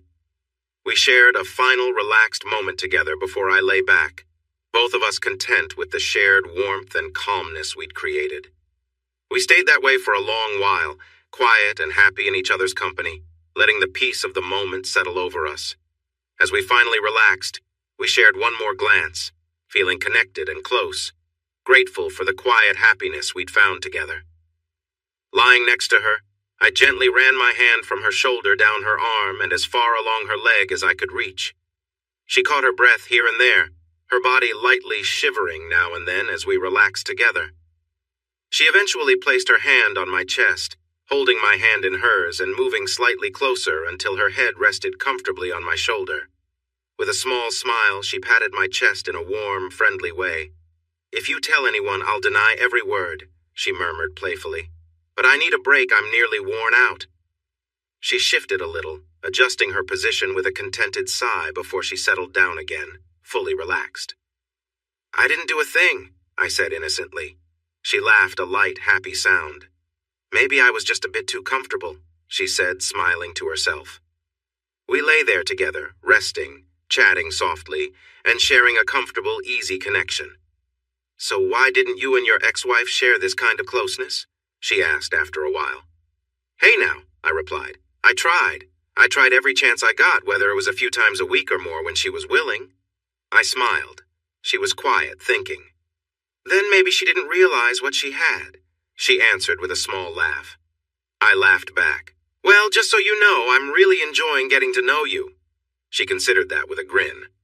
"Well, you're finally catching on, cowboy," she said warmly. We shared a playful moment, leading to a bit of gentle laughter, each of us just enjoying the time together. When I woke the next morning, her soft, dark hair rested across my chest, her head nestled against my shoulder with her legs gently intertwined with mine. Earlier, as dawn broke, she had wrapped herself close, letting us share a peaceful closeness. Her gentle breathing against my shoulder felt warm and calm, a connection I hadn't felt in a long time. I'd dated here and there since the divorce, but with Mercedes I felt something genuine. She stirred slightly and I kissed her forehead gently. She murmured, comfortable and content. She lifted her head and leaned in for a sweet kiss. "Ouch," she said, looking uncomfortable. "What's wrong?" I asked. "I'm lying on my hair," she explained with a laugh. "I got tangled up and can't get up." We untangled ourselves and found her hair that had gotten caught underneath us during the night. She sat up and pushed her hair back. "Easy there," she said playfully when she noticed my gaze. But she smiled brightly. She said with determination, "really need a shower, cowboy." "Well, as luck would have it," I replied. "So do I." And she hopped off the bed and danced around to me, reaching out her hand. We hurried into the large bathroom that had belonged to my parents. She playfully stopped me from exploring while we showered, saying if we started, we'd be in there all day and she was too hungry for that. Later, I won her over by carefully washing her long, lovely hair. Afterward, I brushed it out gently. She was content by the time I finished. For breakfast, we enjoyed bacon and scrambled eggs with toast and jam. I learned she proudly belonged to a group called the Carnivores Association of North America, which I had never heard of. I thought she fit that title perfectly since she had polished off her steak the night before and devoured all the bacon at the table. She admitted there was no such group, and I suggested we start one. She sat on my lap and kissed me, making me feel like I was dreaming. Breakfast truly set a wonderful tone for the day. Wearing one of my t-shirts, Mercedes found her phone and called her friend Stephanie to check in and make sure I hadn't caused any trouble. They talked for a while. I paid little attention and after putting on my jeans and boots, headed out to take the trash to the fire pit for burning and to clean out part of the big barn where the horse stable was. When I walked back inside, I grabbed a soda from the fridge. Mercedes was done with her call and her phone was charging on the sideboard next to mine. That's when it hit me. "I've got it!" I exclaimed, as a realization dawned on me about jeans, Mercedes, and horses. Mercedes looked at me with a puzzled expression. "Mom's things, she left everything." I waved my hand dramatically. "Let me explain. Mom and Dad didn't want the ranch anymore. They gave it to me to sell. They're traveling in an RV across the country and said I could keep whatever I wanted from the house. But anything I didn't want, I was supposed to burn, okay?" Mercedes nodded to show she understood my short version of events. And some of my mom's things, they're all clean and here like a couple of blue jeans. I looked at her thoughtfully. I guessed a pair of her jeans would fit you well enough. You could go riding in them if you still want to? She nodded happily. We ran upstairs. I showed Mercedes where Mom's old closet was, and she started to look through the clothes to see if she could find some pants or jeans to wear. I opened my laptop and started the video chat app. Just to be polite, I wanted to ask Mom if we could borrow the jeans, and I needed to call them anyway. "Hi, sweetie," Mom said when we connected. "I've been thinking of you. How are things going?" "Just fine, Mom. Sold Chip and Tattler last week." They were two of our horses. "And I think I have a buyer for the buffalo. I won't know for a few days if it's a deal or not. Other than that, most of the farm machinery is sold, and things are going pretty well. How are you all doing?" I heard some soft giggles from Mom's closet and a couple of light thuds. I looked around to see Mercedes pulling a large box out of the closet. I went back to listening to Mom as she talked about the Meteor Crater National Landmark and mentioned Winslow, Arizona being in a song. After a moment, I told her it was in a song by the Eagles called Take It Easy, and when it came out, she was excited. I didn't mention that I quickly found that info online to seem smart, even though I was just as curious as Mom at first. Mercedes caught my attention, holding something up that I guessed she found in the closet. I looked and was surprised. In her right hand, Mercedes was holding a pair of fur-lined handcuffs, and in her left, a matching set of cuffs for the ankles. I took the handcuffs from her. Mom," I asked, "what are these?" I held them up so she could see. I noticed the key to unlock them was taped to a length of chain. I let the cuffs hang in front of the laptop's camera. "Dang it, Tom, I thought you cleaned out the closet," Mom said firmly, looking off screen. "Nope," Dad replied simply. "You said you would get your box and put it in the RV, remember?" Mom turned back and pursed her lips. "Well, sweetie," she said carefully, "sometimes parents have things they enjoy doing together." I interrupted. "Mom, I know about that all right." I couldn't help but grin. "So, what's the story behind these?" She took a deep breath, looking like she was searching for the right words. Finally, she shrugged. "Matt, honey, your dad and we're older than you." "I'm glad we're still here." She smiled widely, clearly amused. "And we really enjoy our fun, right?" Mercedes handed me a unique harness. I blinked and held it up for the laptop camera. "And what is this, Mom?" I asked. Mom took a deep breath. "Well, you see," she began. She looked a bit annoyed, probably thinking about Dad. "Tom, you should have reminded me about the box." She didn't seem to expect an answer. "So, sweetie, maybe on his birthday? Your dad might have a special evening if one of my friends comes over for, you know." That was a bit too much detail, but I was having a great time teasing my mom. I was beginning to realize there were things about my parents I never knew. On the other hand, I could tell they were quite a lively and loving couple, and adventurous too. I suddenly remembered something. "Oh no, you mean like when Aunt Janet visited and stayed over?" I asked. "Aunt Janet was just a close friend of my mom's, but maybe they were closer than I thought." Mom hesitated. She didn't really say yes, but her silence didn't sound like a no either. Wow, I couldn't believe it. "So, when you sent me to my cabin on Dad's birthday, you guys were—" "Don't be rude, Matthew," Mom said, sounding serious. "I promise, Mom," I replied. "But why?" "Because I have a rule, boy. When your dad enjoys himself, I do too." I didn't say anything more. My mind was racing. "Hi, sweetie," Mom called out. I was puzzled about what she was planning. She had already greeted me. "Is my son treating you well?" she asked. "Why don't you introduce us, Matthew?" she continued, clearly addressing me. I was confused. Mercedes wasn't in the camera view and was being quietly, so Mom shouldn't have known anyone was there with me. "Son," Mom said with a hint of disapproval, "you do remember my big mirror is behind you, right?" I turned to look. There it was, the old full-length mirror Mom kept in the room. Mercedes was standing there, and in the reflection, I saw her checking out something. I casually adjusted my t-shirt to cover up the view. I sighed. Things were getting tricky. "Mom, say hello to Mercedes."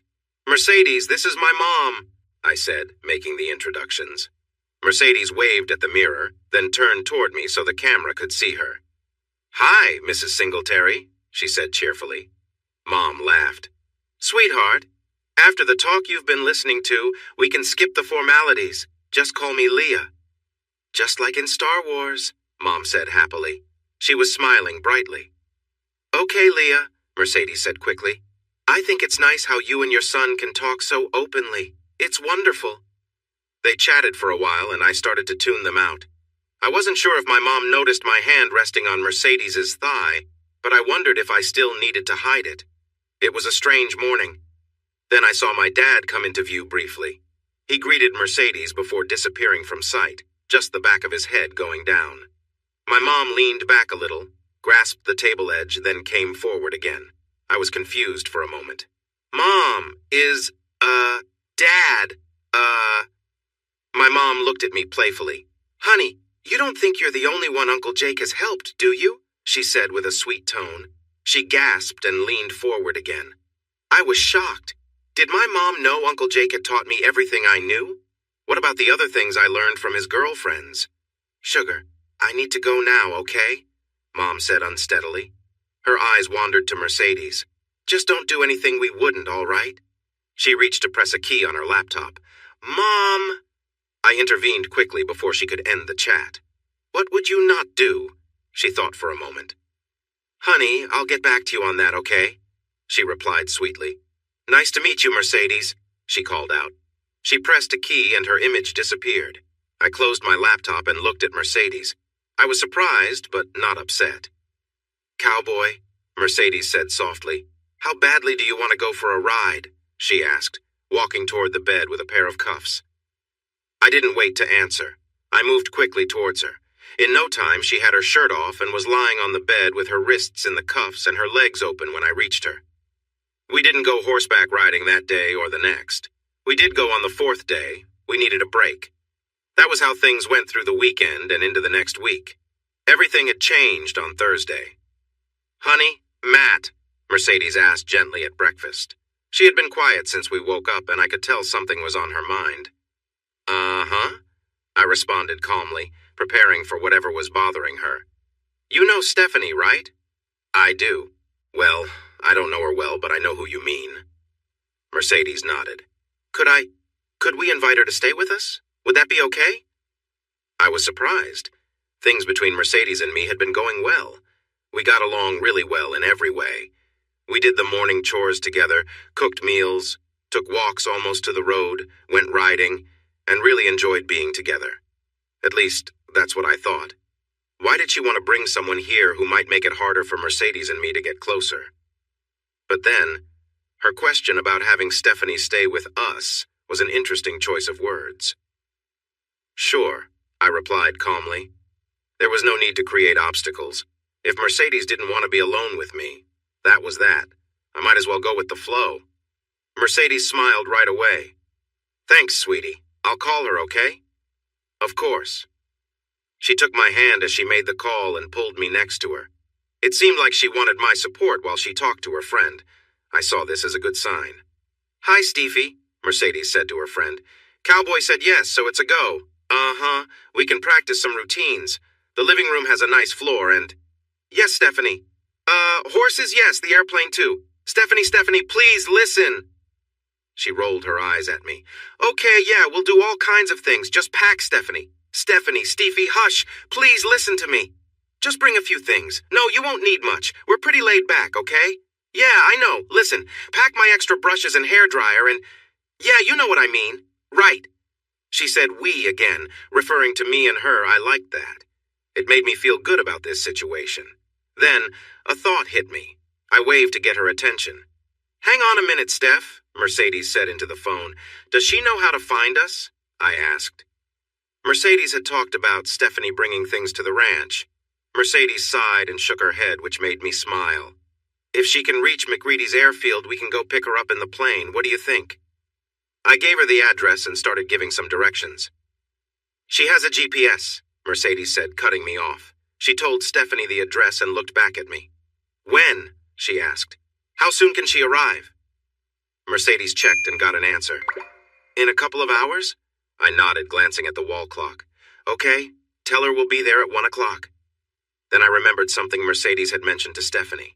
I waved for her to cover the microphone. Was she worried about the laid-back thing you told her? I asked. Mercedes grinned widely. Nope, Steph is. Well, maybe a little adventurous. I returned her smile with one of my own. I had a playful idea. Okay, tell her. How about putting her on speaker so I can talk to her? Mercedes did that, tapping an icon on the screen and setting the phone on the table. I sat down next to her. Stephanie? I said. Hey, this is, Cowboy. Hi, Cowboy, she answered cheerfully. She sounded confident and friendly. She had chatted with me when I filled in for Mercedes during some of their long talks, so Mercedes could take a quick break. Say, Steph, we'll come down to meet you at McReady's like Mercedes said, but I think you should know it's National Nude Flying Day. Did you know that? No. What does that mean? Stephanie asked, confused. I smiled at Mercedes. Well, Stephanie, it means that everyone on a small plane must fly without clothes if they take off between 7 a.m. and 11 p.m., and that includes us. I'm really sorry, but I don't think we can avoid it, I told her. Mercedes was trying hard not to laugh. Her eyes sparkled with amusement. Well, Stephanie said uncertainly, I guess it's okay. Do I need to drive to the airport without clothes? Oh no, not at all, I assured her. I didn't want the police to stop her on the way there. But when you get into the parking lot at McReady's well, you'll need to be ready when you exit the car and walk to the plane. Okay? Very important. I was just teasing her, but I was having fun with this prank. Make sure not to leave the car until you see Mercedes and me taxi up to the side of the field nearest the parking lot, okay? Okay, Stephanie said happily. I got up and went to the kitchen to make some quick sandwiches. We had made a nice roast dinner the night before, and I was thinking about those roast beef sandwiches. Mercedes helped me do a quick check on the Cessna. It was the first time I had done it without clothes, and it was a lot of fun too. We put a change of clothes in the luggage compartment, but we flew without any clothes on except for sandals. Are you sure this'll be okay? Mercedes asked once again. Honey, I replied, I can't remember the last time I was stopped by the Sky Police while flying. Oh, wait, never. I smiled. This was going to be great. McReady's was a small airfield outside the city. It didn't have a control tower and wasn't very busy. It was often used by weekend pilots who just wanted to get up in the air for a bit. I knew the field, the owner, and the staff there very well. I liked them, and they liked me. I did a flyby over the airfield, looking down into the parking lot. It was almost 1 o'clock, and there, a small car was pulling in. I held the Cessna in a sharp turn to the right, letting Mercedes get a better look. Is that Stephanie in that green car? I asked. It's not green, yeah, that's her, Mercedes told me. I straightened up, flew my approach, and then landed the Cessna smoothly.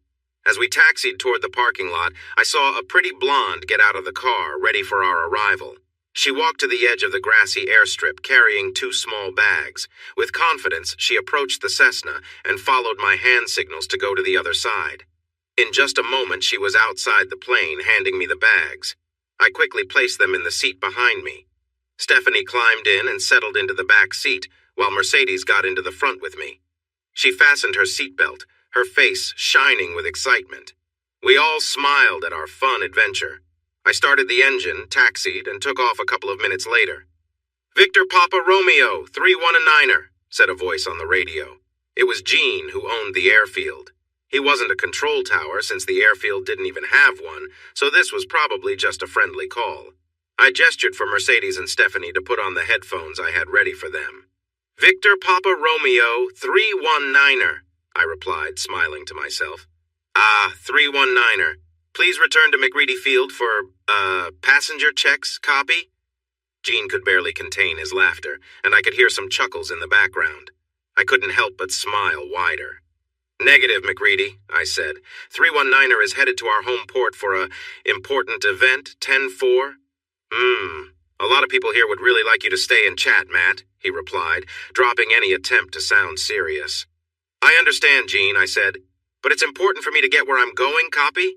You rascal, he joked back. Woof, woof, I laughed. Victor Papa Romeo, 319er, out. I then set a course to fly home and showed the girls how to switch their headsets to talk to each other. Okay, what's going on? Stephanie asked. Mercedes giggled. You fell for it, girl. she told Stephanie. "There's no such thing as nude flying day." "Very glad to. See you, Miss Stephanie," I joked, offering my hand for a handshake. "Ang!" Stephanie said, playfully swatting my hand away. "Just like that man said, you rascal." But her tone didn't sound upset. Mercedes had mentioned that Stephanie was sometimes a bit bold, and that seemed true. She had a lively personality and long legs and blonde hair styled nicely. One thing I found puzzling was that Mercedes had mentioned earlier that Stephanie was a lesbian, but then added, "At least Stephanie thinks she is." Stephanie seemed pretty comfortable, so I wasn't sure what to think. I felt confused, but didn't dwell on it too much. I was enjoying the company of two young women. They were both very comfortable being themselves. I felt really happy in that moment. We spent the afternoon showing Stephanie around the house and yard. We introduced her to Ginger and my horse, whom my dad named Hoss a long time ago. I also suggested a lovely chestnut horse for her to ride if we all went out together. Most of the day was spent by the pool, where the two girls shared stories about their lives. Mercedes included me in their chat, helping Stephanie and me talk and get to know each other better. As the sun began to set, we felt more relaxed with each other. Mercedes started moving a little closer to me, casually touching me and getting a bit nearer than before. She kissed me from time to time, and it seemed like she wanted to show Stephanie that we were close. When we finished locking the outside doors for the night, Mercedes took both of our hands and led us upstairs to the bedroom. There had not been any talk about what would happen next, but it seemed clear that the two women had an idea in mind from the moment Stephanie arrived. I didn't say anything to disagree. As we entered the room, Mercedes whispered in my ear, "Remember, she thinks she's a lesbian, okay?" Mercedes had mentioned this before, but I wasn't sure what that meant. I wondered if she wanted me to pay attention to the word thinks. I decided to see how things went. Mercedes then sat on the edge of the bed and took my hand and Stephanie's, pulling us down beside her. She lay back, looking at me and then at Stephanie. She let go of our hands and rested her fingers on the bedding. "Please, I want you both," she said softly. Stephanie looked at me over Mercedes and I looked back at her. "Steffi, would you help me with Mercedes?" I asked gently. I was a little nervous because I'd heard Mercedes call her that name, but I wasn't sure how Stephanie would feel if I did. Stephanie thought for a moment, then nodded slightly and leaned in closer to Mercedes. Mercedes rested comfortably beside me as I gently held her, focused on making her feel relaxed and supported. I could tell by her breathing that she was deeply at ease, and we shared a peaceful closeness, both content. Stevie was nearby, offering her own gentle care for Mercedes, as we all enjoyed the moment, each of us simply happy to be there. Mercedes looked at me, giving a small smile, which I returned, appreciating the warmth in her gaze. We all shared an unspoken understanding, each contributing to the calming atmosphere that filled the room. "Matt," Mercedes whispered quietly, her voice filled with appreciation. I held her hand, and we continued to share a few more gentle moments together. I didn't look directly at Steffi, respecting the quiet understanding between us all. We each took turns creating a warm, comforting environment for Mercedes, a light-hearted sense of trust building among us. Mercedes rested, and her smile told me that she was at peace, grateful for the comfort and care we all shared. Our focus was on being there for one another, and it created a bond that made the moment feel uniquely special. In time, we found an easy rhythm of support, each person doing their part to create a sense of calm and happiness. We all felt connected in our shared goal, to make Mercedes feel valued, peaceful, and content. There was no rush. We simply let the natural rhythm of care and friendship guide us, allowing us all to rest comfortably, with Mercedes happy and surrounded by the friends who truly cared for her. Mercedes and I shared a quiet, close moment together, our laughter light as we relaxed beside each other. She reached over, giving me a reassuring pat before leaning back with a contented smile. After a moment, she gently wrapped her arm around Steffi, pulling her closer between us. "Matt," Mercedes said softly, "show Steffi some kindness, all right?" I understood her meaning. She felt Steffi could use the same gentle care and attention Mercedes had experienced, and so I agreed. Together, we created a calm, comforting space around Steffi. We exchanged warm glances, each of us helping to make sure Steffi felt valued and supported, as we took turns offering her quiet words of encouragement. Mercedes chuckled softly. "Stevie, relax and enjoy," she whispered with a smile. Her tone was lighthearted, and she gave Stevie an encouraging nod. Following Mercedes' lead, I shared a few gentle touches, noticing that Stevie began to relax. We all took our time, creating a peaceful, connected atmosphere, one of trust and ease. Stevie sighed contentedly and gave me a thankful smile as Mercedes offered quiet encouragement. In this calm environment, I stayed attentive, showing support and taking each moment slowly. Mercedes noticed and placed a pillow beneath Stevie for added comfort, making sure she felt cared for. We shared a few more gentle moments as Stevie began to breathe more evenly, clearly at ease. Eventually, I leaned back, sharing a soft look with Mercedes, both of us proud to see Stevie so at peace. We all shared a final smile together, feeling relaxed and happy in each other's company. We kept the mood light, each of us taking joy in the shared friendship and calm connection that filled the room. Her hands were gently holding my shoulders. She wrapped her arms around my waist, drawing me closer to her. Then we started moving together, both of us putting in a lot of effort and breathing hard. Suddenly, Stevie stopped. Her body shook and her eyes widened. She held onto my arms tightly, keeping me above her. I could feel a strong wave of emotion pass through her. She let out a sharp sound and then relaxed, her eyes closing as she laid back. A small shiver ran through her body before she became still. I felt ready to collapse, so I pulled away from her. I had intended to roll to one side, but Mercedes gently pulled me toward the other direction. I ended up lying down between both women, tired and resting on my back. Stevie playfully tapped my chest, trying to get my attention. "What?" I asked, surprised. "I was going to be so happy being with women," she said. "And then you had to go and change that." I wasn't sure how to respond, so I just stroked her arm, hoping to think of something to say later. No, she said softly. "Just be still for a moment, okay?" Mercedes laughed and cuddled up on my right side, resting her head on my shoulder. She giggled again. "I had to stop him from touching me the first night we were together too," she said to Stevie. They both started giggling at the memory. I thought that was a secret, but it seemed like best friends shared everything. For a while we enjoyed the quiet, resting together until Stevie poked me playfully. "Stevie," I said, raising my voice a bit. "We need to agree not to poke or hit each other, okay?" "Wuss," Stevie replied, not sorry at all. "Listen, you're divorced, right?" "I am. Want to see the papers? A real judge signed them?" "No, that's okay. I believe you. But Mercedes said it was because your wife was involved with another woman and a guy, right?" "Yep," I told her. "But we just did something similar and you didn't seem to think it was wrong. What's the deal?" "This is different," I explained. "None of us is married, and that makes a difference." I added, "Stevie, it wasn't about what they did. It was about them being in a situation where they shouldn't have been together at all." I recalled the day I learned about her actions. They weren't supposed to be fooling around in the first place, no matter what kind of fun they were having.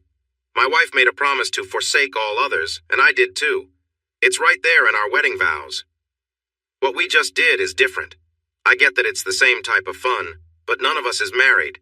None of us is in another relationship as far as I know. The girls both shook their heads. "So, none of us has committed to anyone else. None of us is exclusive with anyone else, right?" I concluded. "Do you see where I'm coming from, Stephanie?" I asked a bit nervously. "Yeah," she replied. "Great," I said with a smile. "The lecture from Professor Matt is officially over." I playfully patted her and Mercedes's legs. "So, who wants to take a quick shower and then go downstairs to grab something to eat? I'm really hungry." We took our shower together after agreeing to avoid any intimate touches, since that would slow us down. We were all three really hungry. We had already burned a lot of energy, and we'd probably use even more when we changed the sheets and maybe flipped the mattress. I didn't want to be in the wet spot any more than they did. For the next 15 days, the three of us enjoyed each other's company in and out of bed. The girls helped with morning chores, and we went riding. I finally saw Ginger running at full speed with Mercedes riding her, her long black hair flowing behind her. We swam in our pool and took trips to the lake to ride jet skis. We did all sorts of fun things. When we weren't out doing something, we spent time together in many different ways. I spent time with each of the girls on their own, and they also enjoyed time together.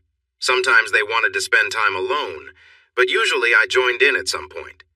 We were together in every room of the house, out in the tall grass beyond the barn, and on picnic blankets in the open fields. We did other activities too. I took the girls dancing in the city a couple of times, and we had dinner at nice restaurants several times. We drove their Range Rover into town and cleared out their apartment. I spent a little more than 3 weeks with Mercedes, 1 week just with her, and then 2 weeks with both Mercedes and Stephanie. Those were the best weeks of my life. On our last night, we planned to share a special moment together, but Mercedes and I decided instead to just be close and support each other. She and Stephanie were leaving in the morning, and we were all struggling with that. "You know why I asked if Stephanie could come out here, right?" Mercedes asked softly. I nodded in the dim light of the bedroom. The darkness was only lit by the moonlight shining faintly through the window.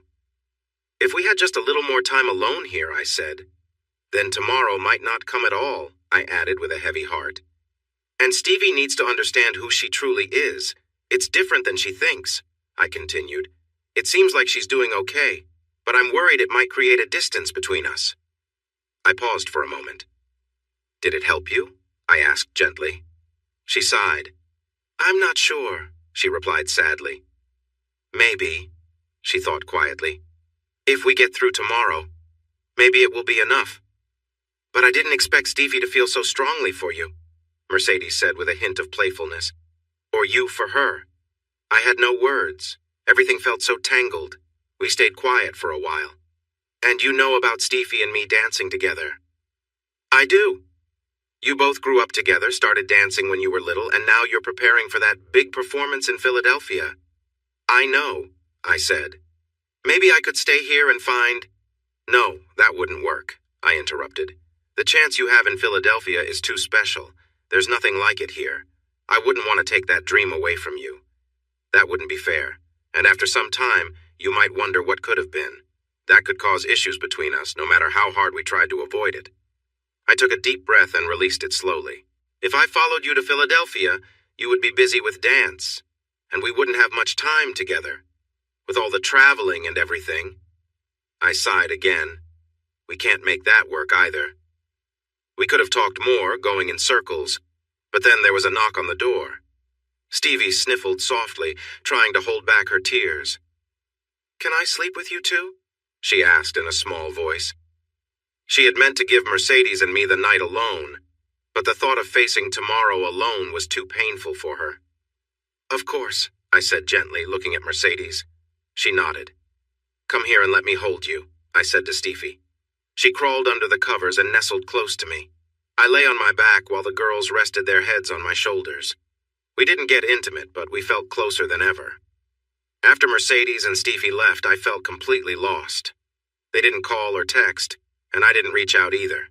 We had all agreed that it would only make things harder, and there was nothing to be done. It hurt deeply, though. I focused on getting the ranch sold or given away. I sold all my cattle to a ranch near Kingsville. They planned to mix them with their herd to bring in some new genetics. I sold Ginger and another 3-year-old mare to a family named Ingram for $1 each. Fred and Sarah Ingram had 2 daughters, 13-year-old Amber and 11-year-old Pamela, who instantly fell in love with the horses. One day they stopped at my gate while I was getting the horses ready. By the time Fred finally got the girls to leave, my shirt was soaked with their happy tears from hugging me so much. It warmed my heart to see them so joyful. The rest of the horses sold quickly, and I sold the buffalo to a rancher in Colorado who already had some there. I also sent the remaining farm vehicles to an auction in the next county, and they sold fast too. That wrapped up my selling. I gave Uncle Jake's old Cessna 172 to Gene McReady for his pilot training program. He and one of his friends flew me back home after I dropped off the plane. They chatted happily the whole way about the time I flew out of their airfield with 2 passengers. I didn't invite them into the house when we got to the ranch because I was tired of discussing that day. I wanted to forget about Mercedes and Stephanie. I drained the pool and filled it with rocks and soil to keep animals from falling in. Then I searched the house for any items that someone might want, checking several times to ensure I didn't miss anything Mom might have left behind. I got all the permits I needed for a controlled burn and set fire to the old ranch house and the small house where I lived as a teenager. The local volunteer fire department was on standby while the houses burned. We celebrated with baby back ribs, brisket, and all the sides from Jesse's for the fire crews, along with plenty of soda and bottled water. Everyone stayed long after the fire was out, enjoying food and chatting until they got calls from their partners wondering where they were. That night, I stayed at a motel, feeling disconnected from everything that had tied me here. The next morning, I headed for California. My parents were on their way to Yosemite, and I planned to meet them there for a short visit. It probably looked a bit funny, a 30-year-old man visiting his parents at a campsite in the woods. Hey everyone!